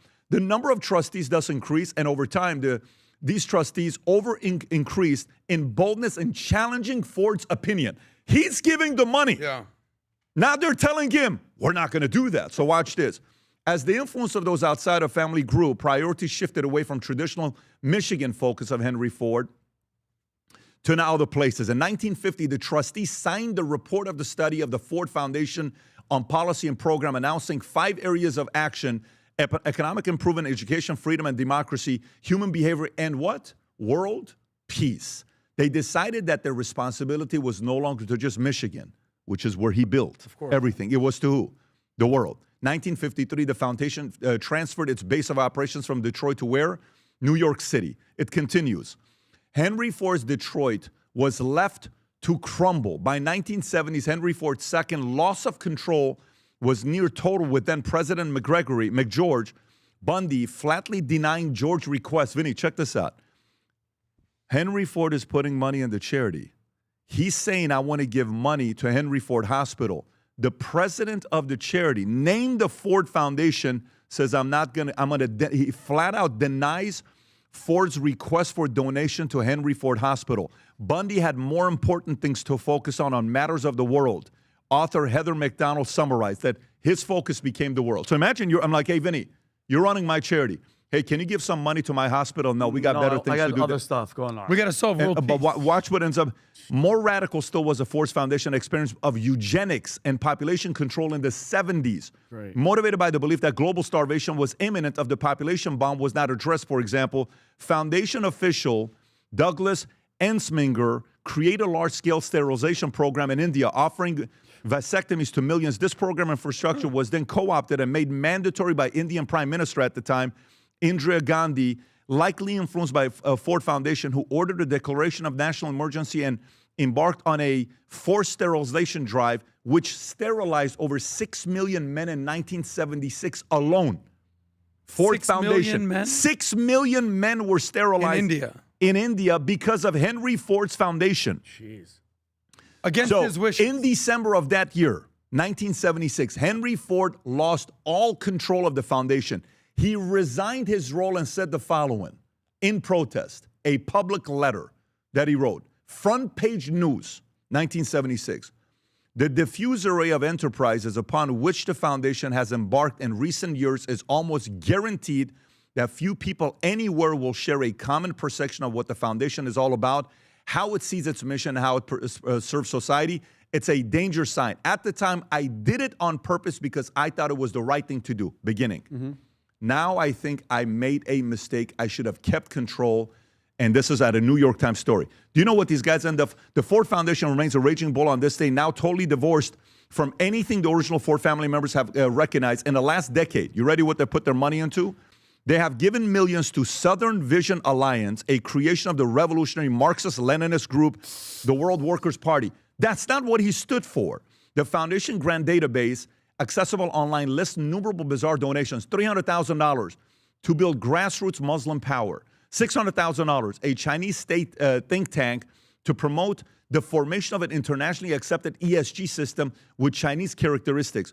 In 2020, their blog proudly announced, we're seeing grantees at the forefront of change that's taken place over the last few years. The Lake Council of Minneapolis pledged to dismantle the police department. Their work is far from over.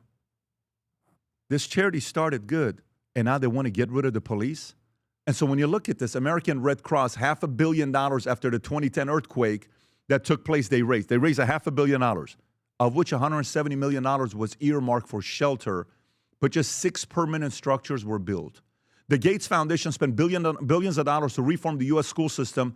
The effort ended after investigation found the interventions were ineffective. Madonna's $15 million raising Malawi Academy for Girls project was destroyed before it broke ground, having wasted millions on salaries, cars, and golf memberships. Weird. And this I Promise school that LeBron James started in 2023 had not a single 8th grade student pass the test for math in 3 years. So guess what when it comes down to charity? Unless if the person running the charity is active today, leave 100% of the money to your family and your kids and do it in a proper way on what it goes to them. This whole pressure about putting money into charities, you know who's given the most money to charity in a single year in the history of America? You know who? A guy named Elon Musk. He paid $11 billion in taxes. That's charity. And you want to say these billionaires, freaking Forbes magazine becoming socialist, should have never sold to China. Why would you sell to China? 41%, 51% to China. What do you think they're going to do? Oh, they remain a small percentage in Forbes family. They own you. You do what they do. Your dad would have never approved of this. So I think this whole concept of what they're doing right now to pressure billionaires to leave, you know what Warren Buffett just announced recently? Guess what Warren Buffett just said? I'm out of Bill Gates Foundation. I'm not doing this no more with you. I'm out. Pledge. Oh, really? I'm out. Yeah. Give money to today. Never leave a penny to a single charity after you die. Not a single penny. Control it to go to the right causes based on the right values. Write it in your trust. Write it in your will. If it's not a cause that matches the values and principle, not a penny can my kids give to that organization. So I think this is a very weird time we're living in, but we got to go back to teaching people history, what mistakes people made, how to do it better. You're creating the wealth. The ultimate wealth you're making is for who? Yourself and your family. Yourself and your And your family. So you set up your kids to have a chance. You're setting it up so your kids have a chance at winning in life. There is nothing wrong with giving your kids a head start. If you work your ass off for all this money, give it to them. Leave it to them, not to charities. These charities don't care about you. They don't wake up in the morning thinking about your kids and your family. Well, you just made a great point, too. Like, they raised how many millions and millions of dollars, and they couldn't even build the thing because there were golf memberships and cars, and what the hell are you talking? 2 Corinthians 12:14. After all, children should not have to save up for their parents, but their parents for their children. Let me read it again. Corinthians. After all, children should not save up for their parents, but parents for their children. Interesting.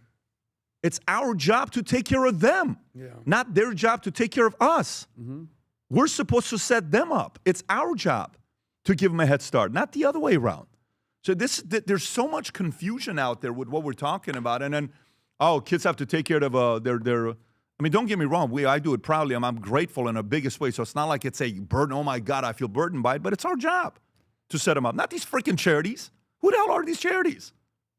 Be charitable. Give to your church. If you trust where the money is going to, like Tom and I, we sat down, they're coming up to us, say, can you give us money? Where is this money going to? Swimming pool. His daughter swims. Let's support. Where is this money going to? To a library. What is it going to have? Great support. Where is this money going to? No, instead of doing this. No, so I don't know. I think this whole thing, as you go deeper into it, folks who are making money, and our audience, a good percentage of you guys are fairly wealthy, get very serious about estate planning and your living trust in place, or else that money's going to get wasted by somebody that doesn't have the similar cause as you. Pat, how much crossover is there with the barbarians to bureaucrats that you always talk about? Is this basically that? You start as the barbarian, you start as the prophet, and then the bureaucrats take over and they start basically imposing their will against whatever you want. It's the guilt. It's the guilt of being wealthy. It's the guilt of being successful. It's the guilt of, oh my God, I'm so guilty. You know, I have too much money. I have too much this. Stop it. Stop allowing people. Oh, you think that the founder or the person that made the billions has almost like survivor's guilt? Yeah, so Henry Ford that started the charity, he felt guilty that he was too rich, so let's give some money away because that's the right thing to do. And you know what? Let's extend the board. Let's extend it because these are nice people. And the people you extend the board to come back and tell you, no, you can't give money to a hospital you started. It's like, wait a minute, then I resign? No, we're not doing it that way. I always find it so interesting. Like you see someone like Mark Benioff. How do you start from being an ultra-capitalist and then becoming basically a socialist? Like we talked about that Starbucks moving their headquarters. There's a lot of different things that you can go with that. But anyways, I want this was something on my mind this weekend. I want to let it out there, let the audience do whatever they want to do with it. By the way, let me go to this next one, then I'll come to you guys. Pull up the Shema tweet if you could, Rob. Pull up the Shema to Tom. I'm going to come to you first and then Adam to you next. So here's Shema.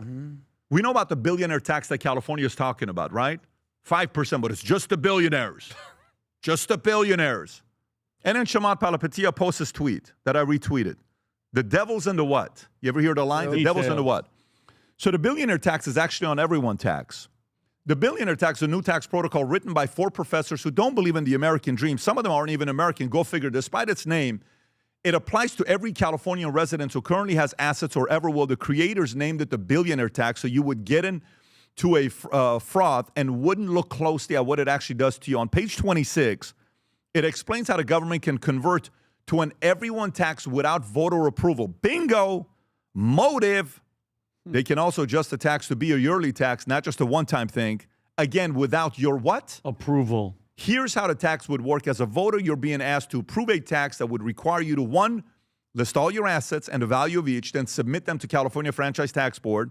2, authorize the tax board to appraise your assets and confirm the value of each. 3, pay a penalty of up to 40% of your tax bill if the board determines your reported value was too low in their opinion. 4, allow the tax board to subpoena your financial records from every one of your financial institutions for auditing.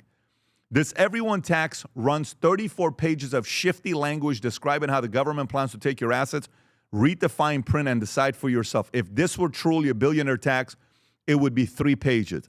It's 34 pages so it can create the mechanisms to steal from all of you. Go a little bit lower, Rob, if he has the picture on there or not. I thought he did. California. I thought he did. So, Tom, before we find the picture, Tom, your thoughts on this? Because the average person's like, we should tax the billionaires more. Where do you stand with this?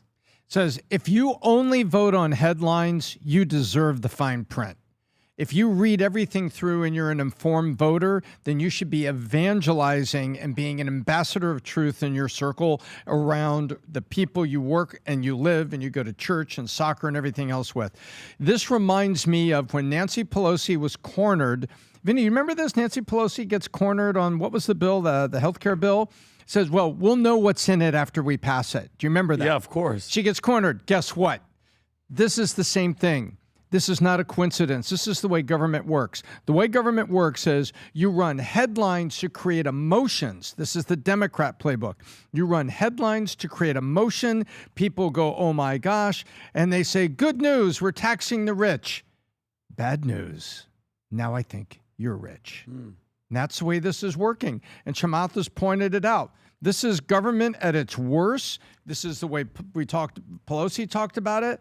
Pat, I am unsurprised. I knew it was coming because I said, you just wait. It's going to be the opposite of Bernie Sanders. Bernie Sanders was, all the millionaires need to go. All the millionaires need to go. Then it's all the billionaires because Sanders became a millionaire. Remember, he shifted all of his rhetoric, and there's all those funny videos how he doesn't say millionaires anymore. He just says billionaires because he joined the club with 3 houses. Well, guess what? It's here. This is exactly what we said was going to happen. Pat, people got to be educated voters. Don't vote on headlines. Find out what it says. We've been taught to pick up juice. I see people picking up juice at Trader Joe's, at the supermarket, and I'll see them look at the back. And I have personally heard people saying, honey, that's not juice. That's 180 calories of sugar. I've seen it. So we're learning to do that. We have to do the same thing with the bills we're voting on. Check the ingredients because government is just not out to take from one or to impugn one. They're out to impugn and control all of us. Rob, is that the page of what it says? I believe so. 25 of 32. 25 of 32. Where's the part that it says at any point? Did you find that part or no? Okay, Adam, I'll come to you. I'll look for this here right now. Adam, go for it. Yeah, well, we need to stop villainizing rich people because it's the easiest thing to do. Well, the rich people did it. Well, you know, the capitalists, it's their problem. The victim Olympics is a real thing. Let me tell you something. You know, every year I go to the Special Olympics. My friends put it on. You know, we have a problem with entitlement and welfare in this country. Let me tell you something. Unless you qualify to compete in the Special Olympics, meaning like you just literally can't take care of yourself, I don't want to hear about your problems. Nobody cares. The victim Olympics, the blame, why do the rich people do this? They can't do this. Remember when AOC showed up to like the Met Gala and taxed the rich?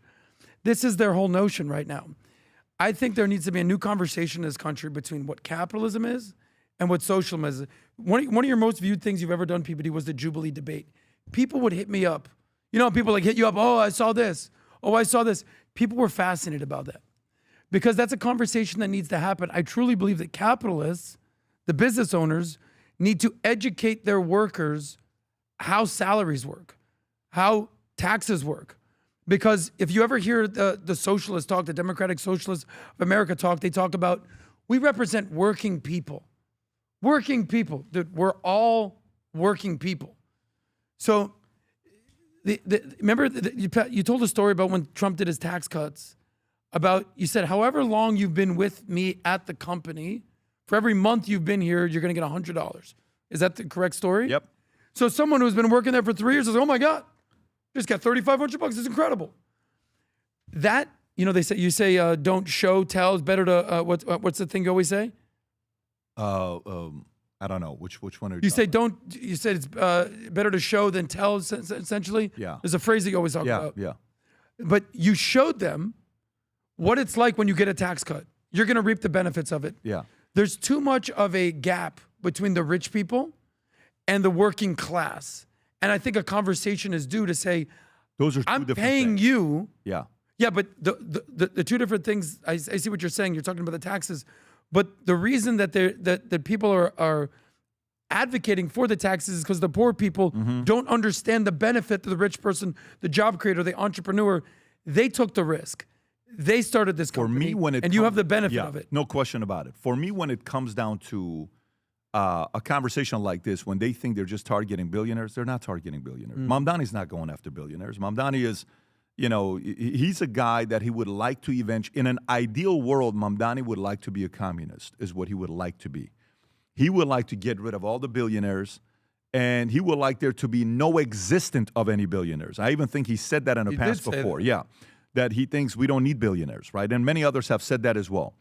The issue with affordability is something that whoever is able to figure that part out is going to win elections. Whoever. The other day I had Dominic Tarczynski on. And you know what's the one thing they do in Poland now that they came up with 3 years ago? I think it's a brilliant idea, Vinny. It's in Poland now, if you're 26 or younger, you pay no federal income tax. If you're 26 or younger. So if you make $100,000 a year, guess how much you keep? $100,000. If you make $500,000 a year, you keep $500,000. So I said, what if we did that for 30 or under? What if you're under 30, whatever you make, you keep? What if you did that? What would happen to the youth? And what if you said, if you have 4 kids or more, from the age your kids are 0 to 18 years old, you pay no federal income taxes. Think about that for a second. But it's 4 kids, husband and wife, the two of you guys. Not like the Middle Eastern way. I'm talking like the traditional way, 4 kids, right? I don't want you to accelerate it and go and say, let's practice polygamy so I can get 4 kids in 1 year because I'm making $100 million this year. Yeah. I want to accelerate the process. Create a charity. Yeah, but I do think there's going to be someone in the next 12, 24, 36 months that's going to come out with some creative ideas to make sure the youth don't pay any taxes until they're 30 years old. Because you're going to incentivize that kid to hustle and bust their butt and make money, and then you're going to have other people to have a bunch of kids. It is a real issue. Can we get to the next car thing? Why Vinny doesn't want to buy a car? The thing I just want to give you credit, you always talk about more is caught than taught. That's what I was thinking about. Did you hear what Bill Maher said? So if you want to go look at this story, Bill Maher basically called out Bernie Sanders about taxes. I think it's an important addendum to basically the story. I saw that. He basically said last week was tax day. You were about to go to it. Yeah, I paid the government if you add state tax, local tax, sales, property, and Obamacare, probably almost 60% of what I earn in California. He said, while I'm sure the super rich with our army of accountants and corporate loopholes get away with murder, us regular rich people pay a ton of taxes. And here's the numbers. The top 10% of America pays 72% of all taxes. Top 10%, the bottom half, so the 50% of this country that's basically earning less than $40,000, do you know how much they pay in taxes? 3%. So this whole taxing the rich, federally, where can they go? They'll leave the country. But if you do it in a state, how many people are going to leave California? You left California, 13%. How many people leave New York? So more is taught than taught when it affects you. This is just the beginning. But let's go to the next story. Next story I want to get to is Trump abruptly cancels Kushner-Witkoff's Pakistan trip. And so they won't be going. And at the same time, the Iran guy, Abbas Araghchi, I believe that's his name, he went to Pakistan, then went to Oman, and is in Russia. And I think he is meeting with Putin as we speak, if I'm not mistaken. Okay, that is going on right now as we speak. They just landed in Russia. They're about to meet with Putin. Allegedly, is the story that we keep reading about, that this may be taking place right now. Trump also said he's taking the nukes off the table with Iran. He doesn't have any interest in doing anything with nukes. And if you go in the market, look at what the market's doing today. Gold is back up to 96. I don't know where it's at. Not gold. Oil is back up to 96.30. Market's down slightly, nothing major. It's down slightly, but oil is up. So in a part of this oil story, Tom, I'm going to come to you, is I think it's in the addendum with what the oil is doing. Trump claims Iran's oil infrastructure may explode in 3 days due to U.S. blockade. So, Rob, if you have that clip, go for it, right there. Can't hear anything, guys. But what you're referring to is that when you have lines of vast amounts of oil pouring through your system, if for any reason that line is closed because you can't continue to put it into containers or ships, which has happened to them, they have no ships because of the blockade. What happens is that line explodes from within, both mechanically and in the earth. Something happens where it just explodes. And they say they only have about 3 days left before that happens. And when it explodes, you can never rebuild it the way it was. In other words, it will always be, if you rebuild it, it's hard to rebuild it all, but it would only be about 50% of what it is right now. So it's a very powerful thing that takes place, sort of having to do with nature. But when that gets clogged at the end, in other words, when you have to turn it off because you have no place to store this oil, either put it on ships or storage tanks, which they are just about finished with, a very bad thing's going to happen. So I think they're under pressure. But Tom. So Iran's under tremendous just mechanical pressure.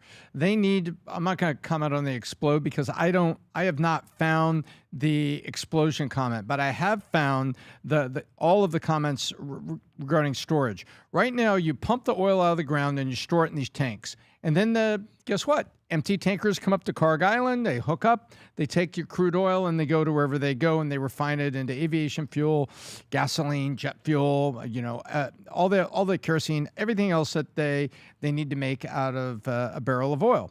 But right now, once you've got oil in motion, what I've been reading about, once the oil is in motion, that a sudden halt creates a problem where they have to restart the well and repump the well. Because remember, like in the U.S., we do fracking and stuff.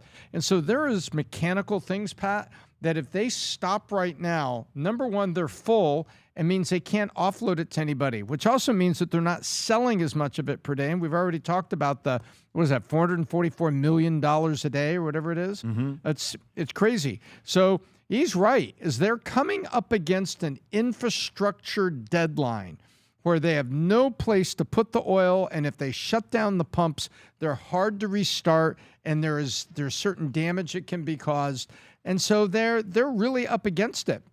They need all of these empty tankers to immediately get to Carg Island so that they can be offloading this stuff that they're pumping into these storage facilities. Yeah, when you're reading this, it says experts have warned that Iran could be forced to shut down its oil fields as early as April 29 because the U.S. naval blockade, risking long-term damage to its crude production. So that's because Tehran is effectively running out of storage space, like we talked about earlier. Both the Critical Threats Project of the American Enterprise Institute and Energy Aspect UK-based field analyst firm estimates that Iran's storage space will be up in the coming week, like now. And so if that's going on, Tom, the question becomes the following. Is this one of the reasons why the president is just kind of cool, calm, and collected right now? Does he know that Iran is super desperate and they can't, they have no leverage? Because, Trump knows the cards. And it doesn't seem like he's pushing that hard. He's just kind of like, yeah, okay, take your time. You don't want to talk to us? No problem. We also won't come down. What could Russia do right now to help them to extend a life? What could Russia do to help Iran, to have Russia needs to get in and say, buddy, we need to be working together for the next century, and you're coming up against a very, very tough time. We got to figure this thing out. You got to figure this thing out. And I think that's why Trump is saying, we have all the cards. We've got 5 days. They've got 5 days. Our 5 days is we can wait. Their 5 days is a deadline. So if you think of it that way, our 5 days is patience. Their 5 days is a mechanical oil pumping deadline. What could Russia do? Russia could help. Russia could say, look, I know I haven't been really as cooperative with Trump as I could have been, and I got my own Ukraine war going on. But you guys, you need to figure this out, and you need to figure it out in a hurry. I think And now, is Putin going to call Trump and say, Donald, Mr. President, what do you want me to do? That's not going to happen. But I think, Russia could be an intermediary, not for the U.S., but simply because they need Iran to be pumping. And Russia's other friend, China, is probably whispering around saying, hey, somebody, we got to figure this out. We got to figure this out. We need all those empty tankers to be at Karg Island to be pumping off right now. So I think it's Russia and China behind the scenes, Pat. They have to be. If you're dependent on Iran for oil, the way China is, you got to be whispering right now. And supposedly what? Putin was going to Oman, right? Yeah, exactly. Adam, your thoughts? Well, if there's one thing we know about Trump is that he's ready to make a deal. That guy wants to make a deal, whether it's a real estate deal, whether it's a peace deal, whether it's a weapons deal, whether it's a financial deal, he's ready to make a deal. He also said he's in no rush. Think about that. Everyone's trying to give him like, you got to hurry up. You got to end this. He basically said, listen, we were in war in Afghanistan 20 years. We're in Iraq for almost a decade, whatever it was. Vietnam was X amount of years. World War III goes, we've been doing this 6 weeks, guys. Pump the brakes a little bit. By the way, there was also another quote. He goes, nobody's telling me what to do. Nobody. I'm making the decisions. Whether you agree with him or not, that's on you. But it's on Trump. But you know what this reminds me of, this whole Pakistan thing? Remember when we had the live event for the Reagan movie with Dennis Quaid, right? Great movie, great actor. Giving a shout out to Reagan here. They had a challenge when they were negotiating the nuclear peace deal with the U.S. and the USSR of getting USSR to the table. And here's what we learned about the negotiation. It goes, just get them in the room. If they're not in the room, what are we negotiating? So right now we're just trying to get to the leaders of Iran, whoever they are, whoever it is at this point. You said it's this guy, I don't know, whatever his name is now. It's not the supreme leader. He's dead. The supreme leader's son. I heard he's injured. I heard he's getting a facelift apparently. Yeah, he's missing a leg. Okay, so they didn't even know who negotiating. You mean negotiator Abbas Agarachi? Yeah, this guy. If I pronounce it. So what happened was this is what I think will make Trump so unique. You tell me if you guys agree. What Reagan did is when he got them in the room, he killed them with kindness. He did unreasonable hospitality, and they felt. I mean, these guys were Cold War enemies. I would argue that Iran and U.S. are actually worse enemies because we're actually fighting. U.S. and USSR never fought. But they got him to the table, he killed him with kindness, and they worked out a deal. The whole thing with Iran, I think Jake Sullivan basically said when they were doing the nuclear deal, he goes, they say trust but verify? He goes, with Iran, don't trust and still verify. Bottom line is we got to get them in the room. We have to figure out what they want. And Trump, if there's one person you trust in a room negotiating a deal, it's Trump or his liaison. And that's where I think this is going to go. Vinny. Yeah, I mean, dude, all the craziness, all the noise from the past 2-3 weeks, now it's like everything's just calm. Everything's like chill now because now it's like the chess moves that are being made right now are like now it's like real. Because think about it. These guys are traveling to, where are they right now? They're in Russia. Who? The leaders Abbas of Iran? and all these guys? Where'd they just land? I'm not sure. Rob, where was that? Yeah. He's in Russia now. They're in Russia right now yes. talking. And by the way, because mind you, Russia's been, have you heard any, I haven't heard Putin at all, Pat. I haven't heard anything from Xi Jinping. I haven't heard anything. We obviously know that they're doing stuff behind the scenes because they're so, relying on Iran's oil. But I'm very, very interested to see what this week is going to be a very, very telling week, Pat. I think this is going to be a week because what's that conversation like right now? What's the conversation like in Russia with Iran? You know what I mean? What are they talking about right now? So I'm very curious to see what the end of this week is going to look like with that. What do you think it would be?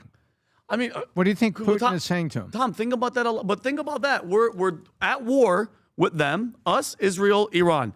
And the quiet people in the war, China and Russia, haven't heard a peep. Now they're openly going to meet with them. And I think that conversation is going to be like, listen, whatever the hell's going on, whatever you guys need to do, you need to make this happen fast because we need the oil. They need the oil. This is all coming down to oil. Am I right, Tom? Oil and weapons and money. That's what I'm saying. Follow the money here. Yeah. We'll see. Let me get to the next story. Cars, okay? Effective 2027. Rob, what page is the car? I think that's on 26, 27, yeah. So this is a little weird. I want to actually get the audience's thoughts on this. So every new car could become a surveillance machine by 2027, and it may decide if you can drive. I mean, this is like this is exactly what these movies, the surveillance movies, talk about. Like what you don't want it to be is what it's showing. So let's read this through. This isn't some distant concept or experimental feature that might come up in a few years. By 2027, every car sold in the U.S. could be required to actively monitor the person behind the wheel. That means watching your eyes, tracking your behavior, and constantly evaluating whether you're alert enough to drive or not. For a lot of drivers, that starts to feel a lot less safe and more surveillance. So the law that's quietly changing cars, tucked into a broader federal safety initiative, is a requirement for impaired driving detection technology in all new vehicles. The goal sounds simple enough: reduce crashes caused by drunk or fatigued drivers. It's a problem that has been around for decades, okay? And to do that, automakers will need to install a system that monitors drivers in real time. Vinny, your thoughts on this? Well, when's the last time we heard something like this? Do you guys remember after September 11th, they gave us the Patriot Act, and they sold it as protection, Pat. Like, stop terrorism, keep everybody safe. Next thing you know, they collected all of our data on everybody. Every single American. They were like, well, guys, the war on terror, that was Bush Jr., his favorite thing. But now the same idea, different excuse. Back then it was terrorists, now it's unsafe drivers, but the move is the same. More surveillance, more control. That's why people don't trust this. And I'm not a fan of it. It sounds so good on paper.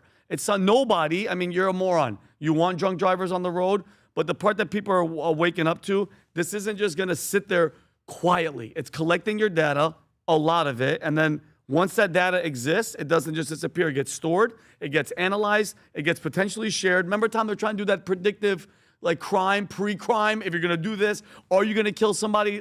And then they'll stop you. It's almost like a Minority Report. But insurance companies already want access to this kind of data, obviously. Regulators want more control. And now you have AI making judgment calls in real time.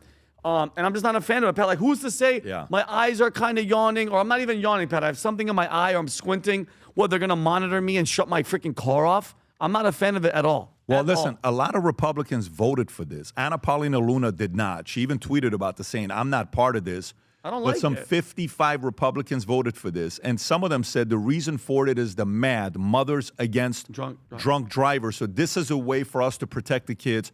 Tom, what do you like with this? So, not well. I do not want to take the autonomy from the human that owns that vehicle.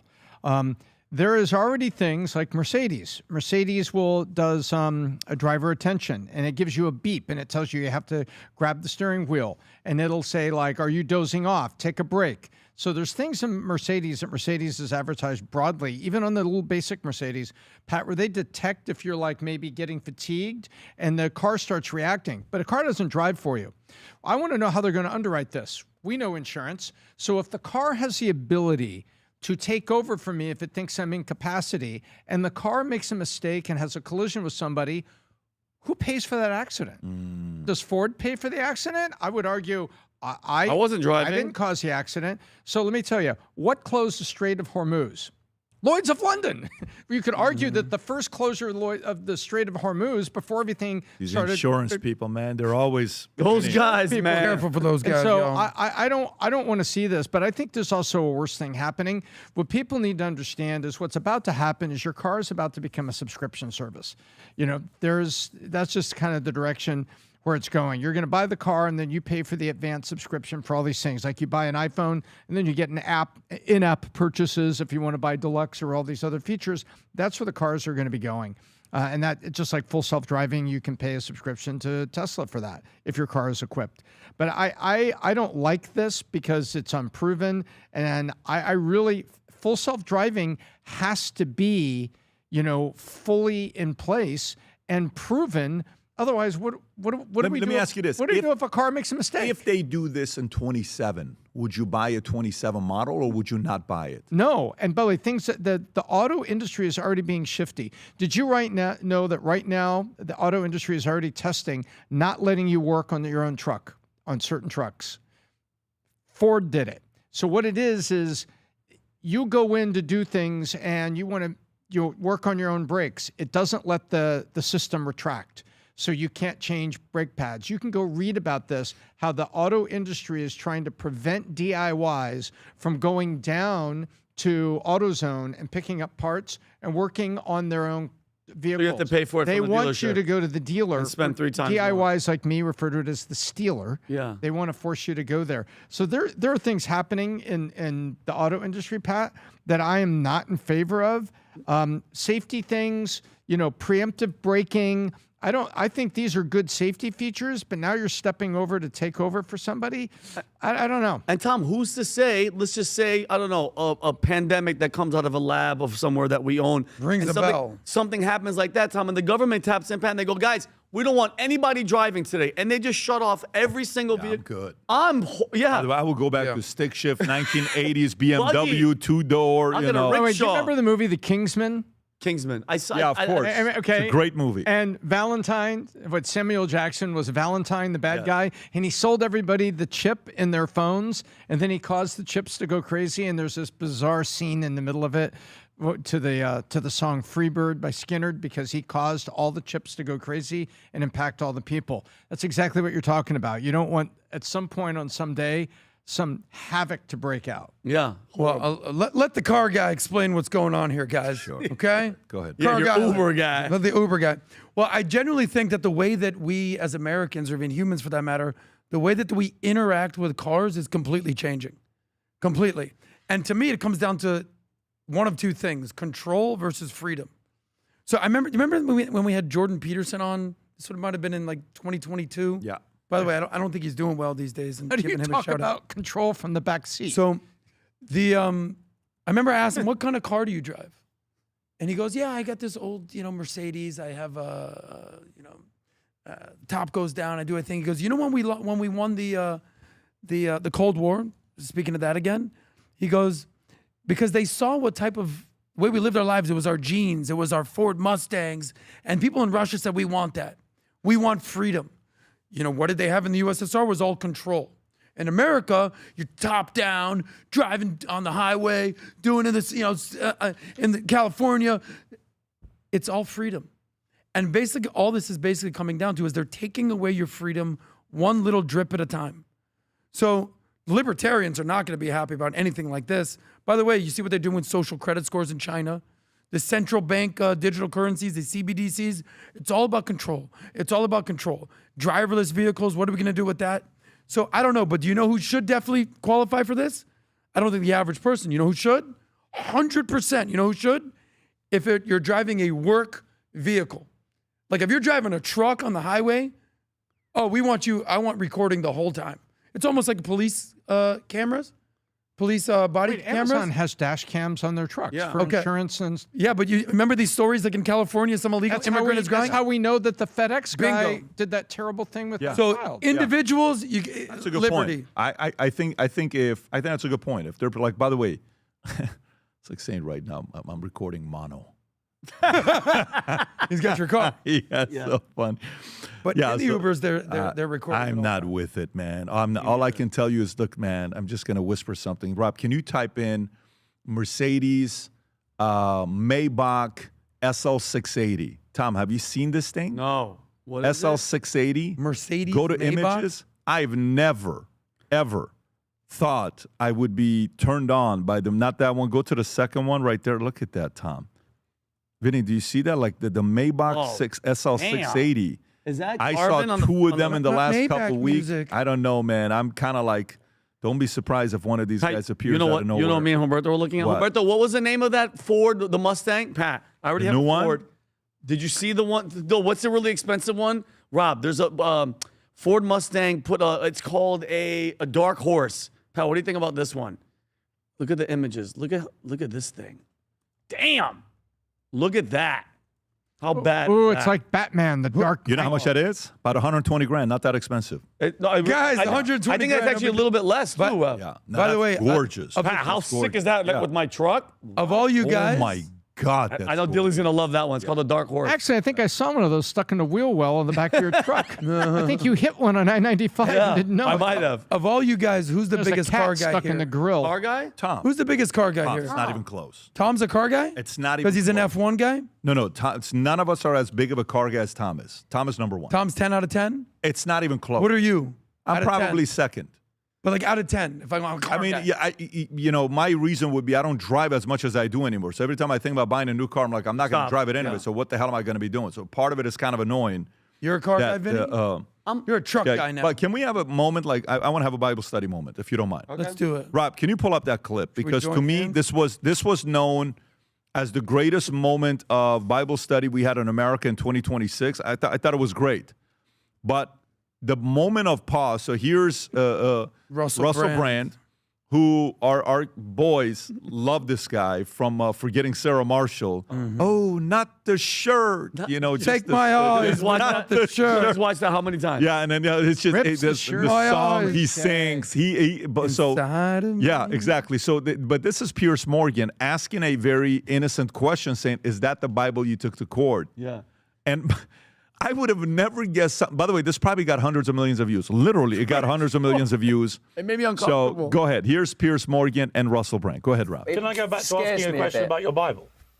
Yes, if you want to. Thank you. Was that the one you took into court? You're the very one. Okay.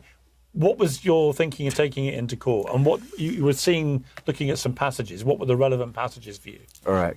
Thank you for asking me. Thank you. I didn't hurt, did it? A little bit. I feel like it's like a movie scene. It was this from Isaiah. Isaiah. You're right. Bear did say, be chilled. I just didn't know you Someone pronounced said, Isaiah lose the that way. chill, man. It's pretty. Piers is brilliant. Just And then he looks into the camera. It's this.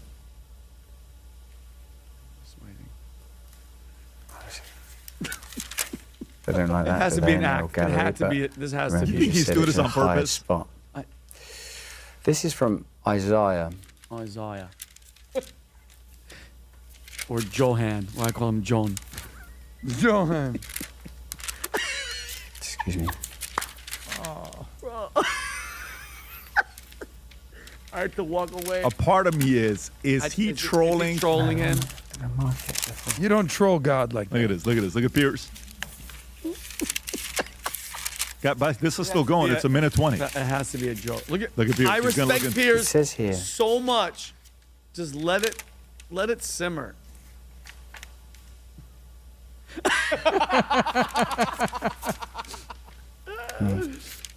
Says here. The verse that I was looking at that day was not this. I can't actually find the verse that I had that day, but this is good enough. This is from Isaiah 12. Does he actually end up giving a quote? I think he reads does. Isaiah. What Where do you was it? think? What was Vinny? it? What was Isaiah? I mean, listen. These are moments on TV. Everybody has. The longer you're on, if you're gonna create content, and you're gonna be on TV, It's gonna happen. It's gonna happen to you. You know, no one's free from it. Russell responded as a funny thing. He's like, I'm still looking for it. He did. If you go to his Instagram, Rob, but is that it, On the Rob? joke. I think but this is actually funny. He goes, This is him. yeah, on the bottom right. What? Passage, He goes, I'm still actually, looking for it. from Isaiah, Isaiah. from Piers Morgan. Wait for it. Wait for it. Look, it was marked all along. This is it. So when I was on Piers Morgan the other day, I was looking for it. I thought I should find the actual right passage, the exact one that I was looking at. Pause it. Listen. Okay. I think it was real. He was lost in the sauce. By the way, the Bible, unless you have something like pointing out written, like court, something, it's so many books, it's so many, different verses. I mean, you would think somebody would memorize it, but that aside, I mean, I still respect that he's, before a podcast, he's praying, he's changed his life, he's trying to be a better person. I mean, what he said about the, 16-year-old and 30-year-old with the, what was it, Rob, that he said, it was consent or he was living a different life. I don't agree with that one at all, but he's trying. What is that? He was on. The Megyn Kelly clip. The Megyn Kelly clip with that, that kind of threw me You have off. that, Rob? I do. Hang on. Yeah, can you play? Yeah, and why are you looking at that? Because Pat, you know where I stand. Anybody that's trying to be better, anybody that's in the book, anybody that's trying, I commend them and I pray for them because he is actually. I don't think he's a fake. He's not being a fake Christian. He's actually. I could see the Holy Spirit in him, but like go ahead, Rob. Still a messed up thing to say. Europe and in the United Kingdom where I'm from, the age of consent is 16, and I did sleep with a 16-year-old when I was 30. But when I was 30, I was a very different person. Right, man. I was a lot younger, and I was an immature 30-year-old.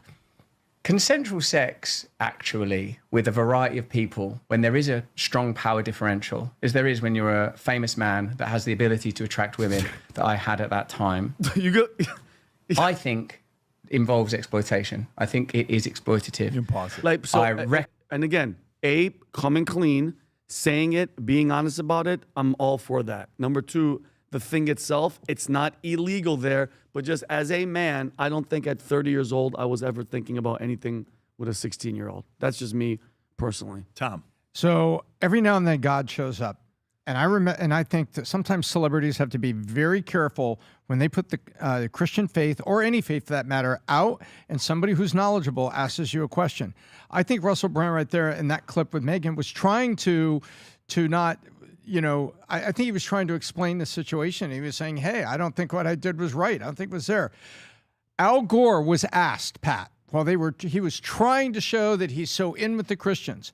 He was asked, and we can find it somewhere, what his favorite, one of his most notable or favorite verses is, and he said, show it to me, Rob, John 16:3. He scrambled John 3:16. He meant to say John 3:16 because he sees that on T-shirts. He said John 16:3, and John 16:3 is, they will do such things because they have not known the Father or me. Al Gore did it. Wow. And it was like everybody blew up for a week because it was like, what the heck? You stupid punk. It's like, you can't. But look, Tom, listen. Is that great? It's like, you can't. And by the way, it's not just Al Gore. Anybody that tries to go Tom, out, they asked the president. Try to look the Did part. you see when they asked the president what he said about Scripture? Have you ever seen that? Oh, no. And by the way, this is 90% of people, maybe even more, when you ask him, what's your favorite Scripture? Some will say, my favorite Scripture is never, ever give up. No, that's Churchill. While it's Jim somewhere in the Balvano. Bible, it's great. Never. Yeah, but Adam, your thoughts, because I know you're very close to this. Of course. Well, listen, I don't know anybody other than Russell Brand that's basically caused a frenzy on Piers Morgan that maybe he didn't over-deliver. I don't know anybody that would fall into that category. So shout out to you, and congratulations, Russell Brand, for going back in your Bible and finding Isaiah. Wait. I just thought of doing another it. guy. Tom, stop it. But listen, shout out to him for showing up. Shout out to him for basically owning what he's done. I guess technically, legally speaking, what he did when he was 30 with a 16-year-old is legal. But from a moral perspective, that's completely disgusting. 16 years old, you're 30? Unbelievable. Although there's, I think, 35 states in America where 16 is legal. It's a weird loophole. But I will give him credit. Know the number? I will give him credit. Tom, why do you keep talking when I'm talking? What is your deal, buddy? But one thing, was it? I'll stop talking. Tradition. Go ahead. Answer for me. I said it's habit and tradition. I like that. Habit and tradition. Okay.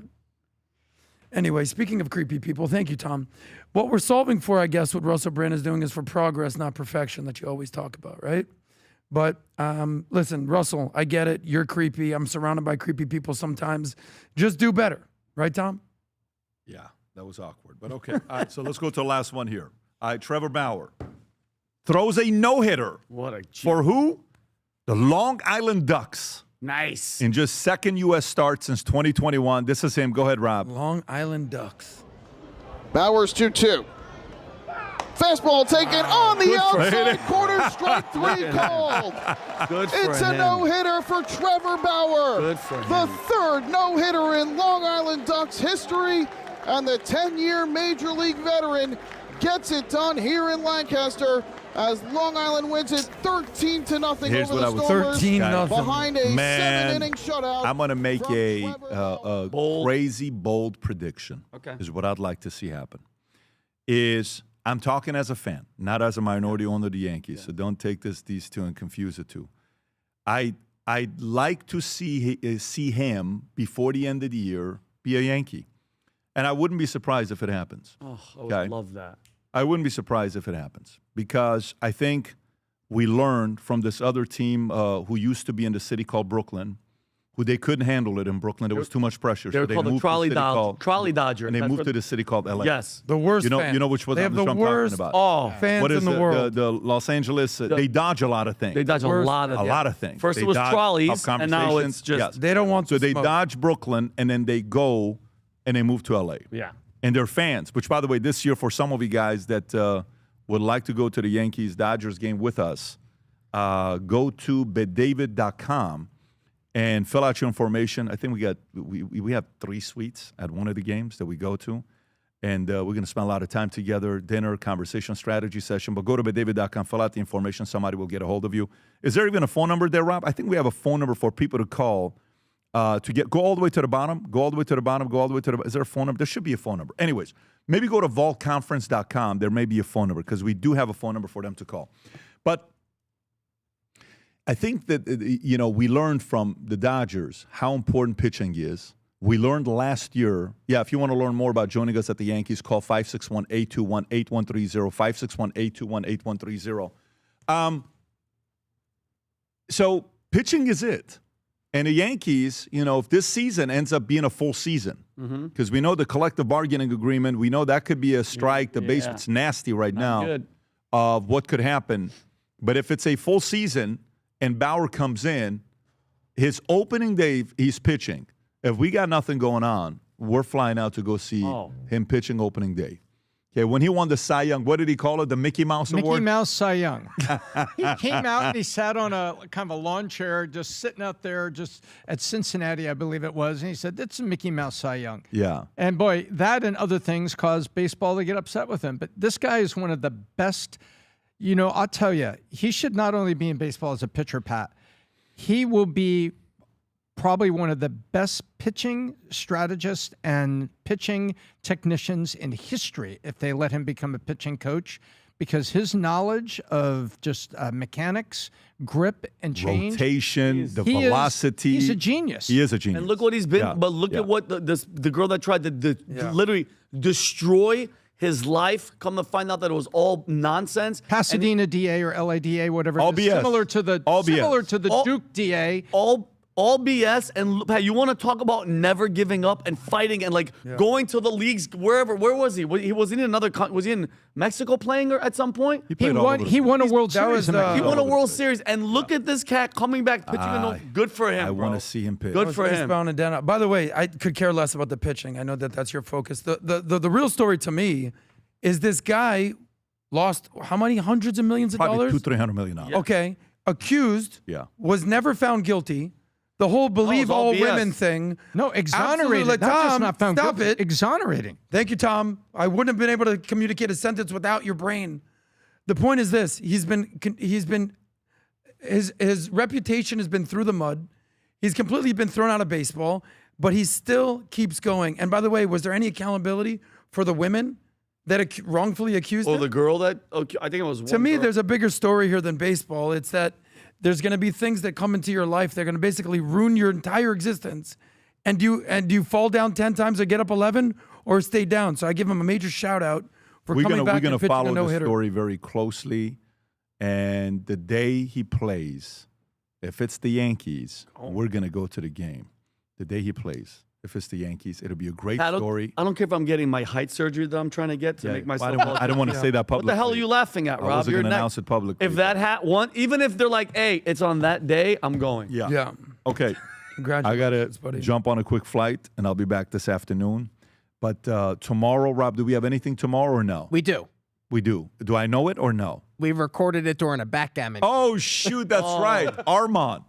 UFC, Armand Sarukian. That goes out tomorrow. That's going to be sick. The guy's funny. I like him. Guy's funny, and it's the fight everybody wants to see. Funny Armand how, Sarukian Pat? and Funny against how? Tuporia. Against Tuporia. Anyways, gang, do your thing. We will see you tomorrow. And then again on Wednesday Business Wednesdays. Take care, everybody. God bless. Bye-bye.